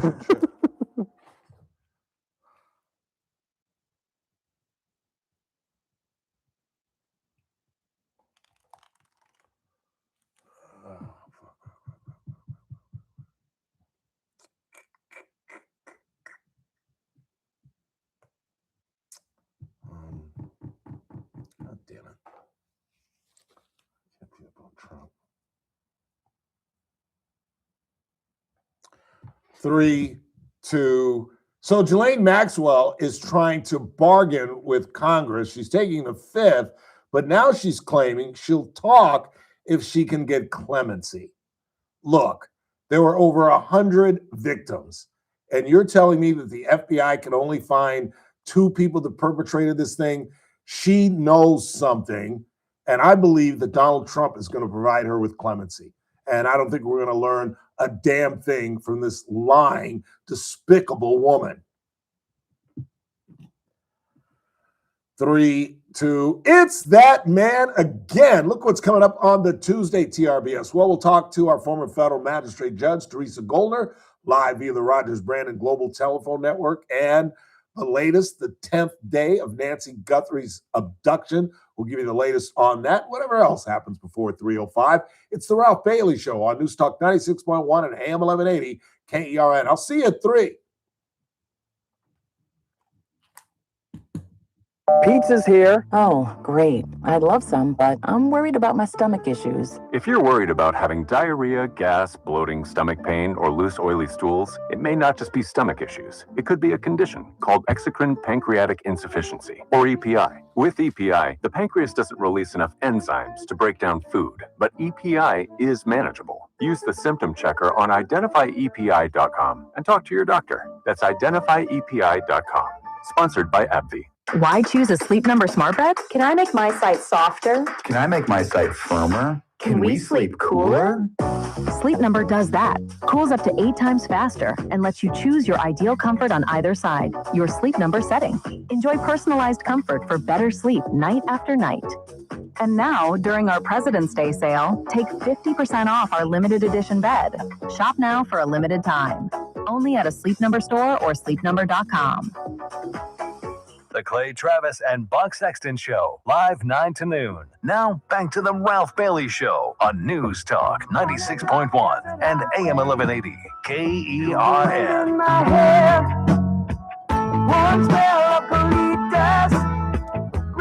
So Lindsey Vonn has spoken out on Instagram today. She said that she suffered a complex tibia fracture, quote, that will require multiple surgeries to fix properly when she crashed in the downhill yesterday.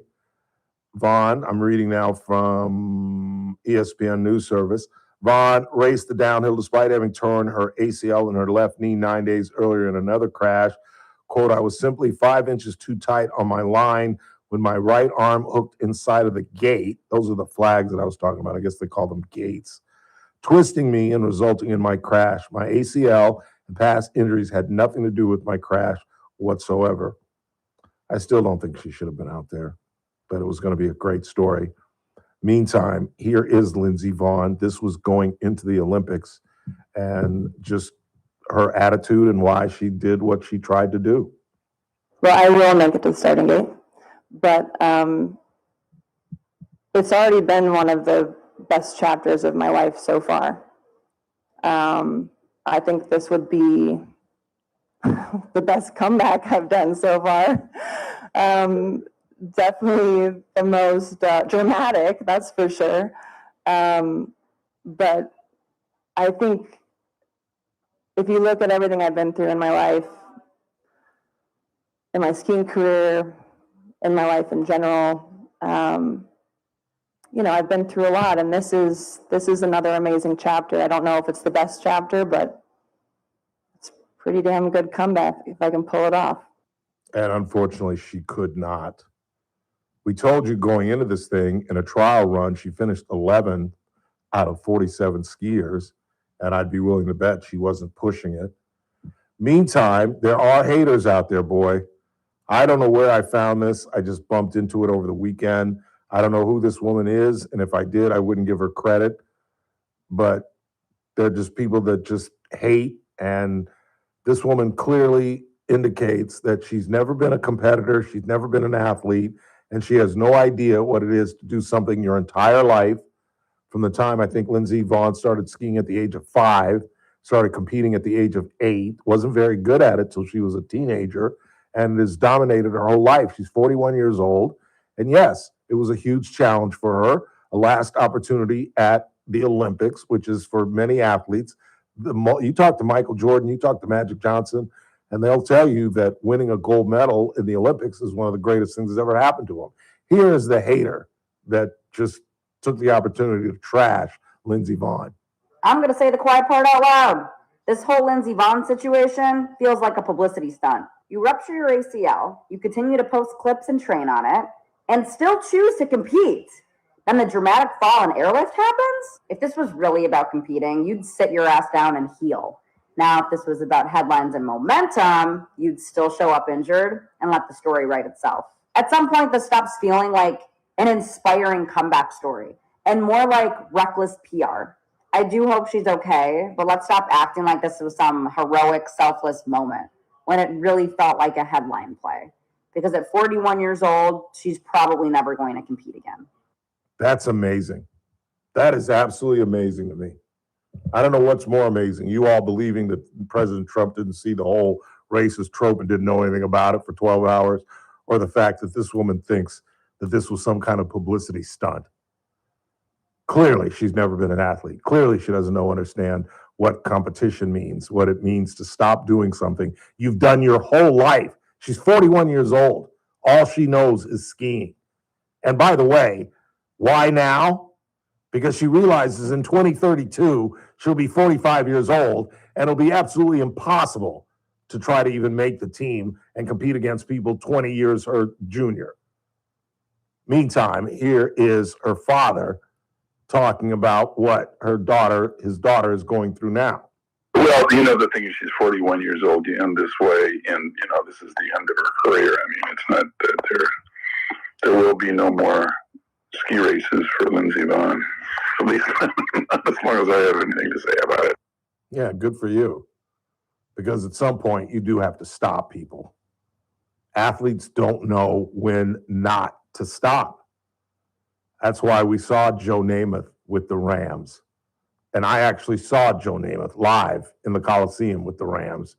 And you wouldn't have known it if he wasn't wearing 12, even in a Ram uniform, you would have known it was Joe Namath. He was taking 7, 8 feet drops, step drops, just to get the ball off because he couldn't take a 5 or a 7 step drop. He'd take 8, 9 step drops. I saw O.J. Simpson with the 49ers at the Coliseum against the Rams when guys should have obviously left, and they didn't because it's all they know, and they want to stretch it. Same reason Phillip Rivers came out from coaching high school football to play 3 games with the Indianapolis Colts. And you just heard Greg Kerr tell us in the 3 o'clock hour, Derek Carr is considering coming out of retirement. But this is an unfortunate incident. What can you do? And it's just sad. She's got to go through several surgeries.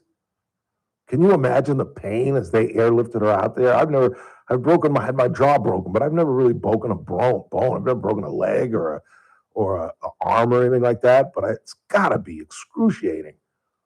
And if you haven't seen the video, you'll see it, where she clips the flag or the stanchion or whatever the hell she called it, and just absolutely flipped in midair and landed so awkwardly that it broke her lower leg.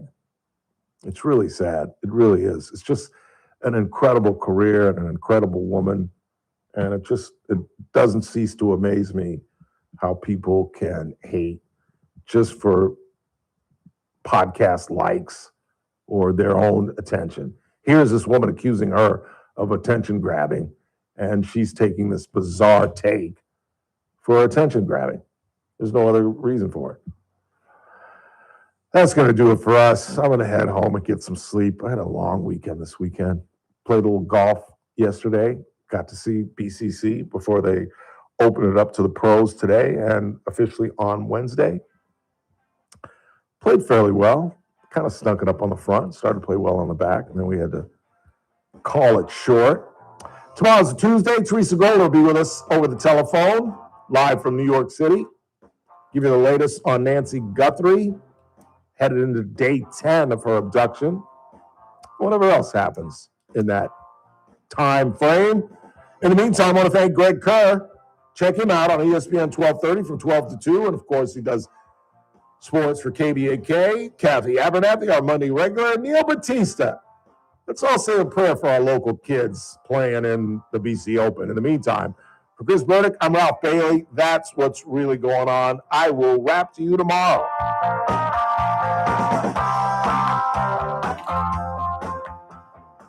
This is AM 1180 KERN Green Acres. This is 96.1 FM Bakersfield. Online at KERNradio.com.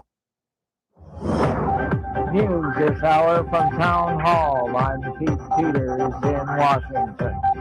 The Trump administration has appealed a ruling on releasing New York City tunnel funds. White House correspondent Greg Clugston reports. Last September, the Transportation Department froze federal funding for the Hudson Tunnel project in New York. But last Friday, a U.S. district judge ordered the federal government to release the money for the project. On Sunday, the Trump administration appealed. Donald Trump reportedly had offered to unfreeze the funds if Democrats agreed to rename Washington Dulles Airport and New York's Penn Station after him. Greg Clugston, Washington. China critic and media mogul Jimmy Lai has been sentenced to 20 years in prison in Hong Kong for national security offenses, a penalty his son Sebastian calls heartbreaking. Jonathan Price, an attorney for Jimmy Lai's family, says the 20-year sentence handed down to the 78-year-old former media mogul is meant to silence Hong Kong's democratic movement. The sentencing today sends a loud and very clear message that political dissent, even moderate and peaceful campaigning for greater democracy in Hong Kong, will not be tolerated. And that's what it is intended to do, and that's what it has done. The FBI says it is unaware of any continued communication between Savannah Guthrie's family and suspected kidnappers. The FBI said in a statement Monday that it still has not identified any suspects or persons of interest in the mysterious disappearance of 84-year-old Nancy Guthrie. Savannah Guthrie said the family was at an hour of desperation in a video released Monday. On Wall Street, the Dow up by 20 points, the Nasdaq rose 207, the S&P advanced 32. More on these stories at townhall.com.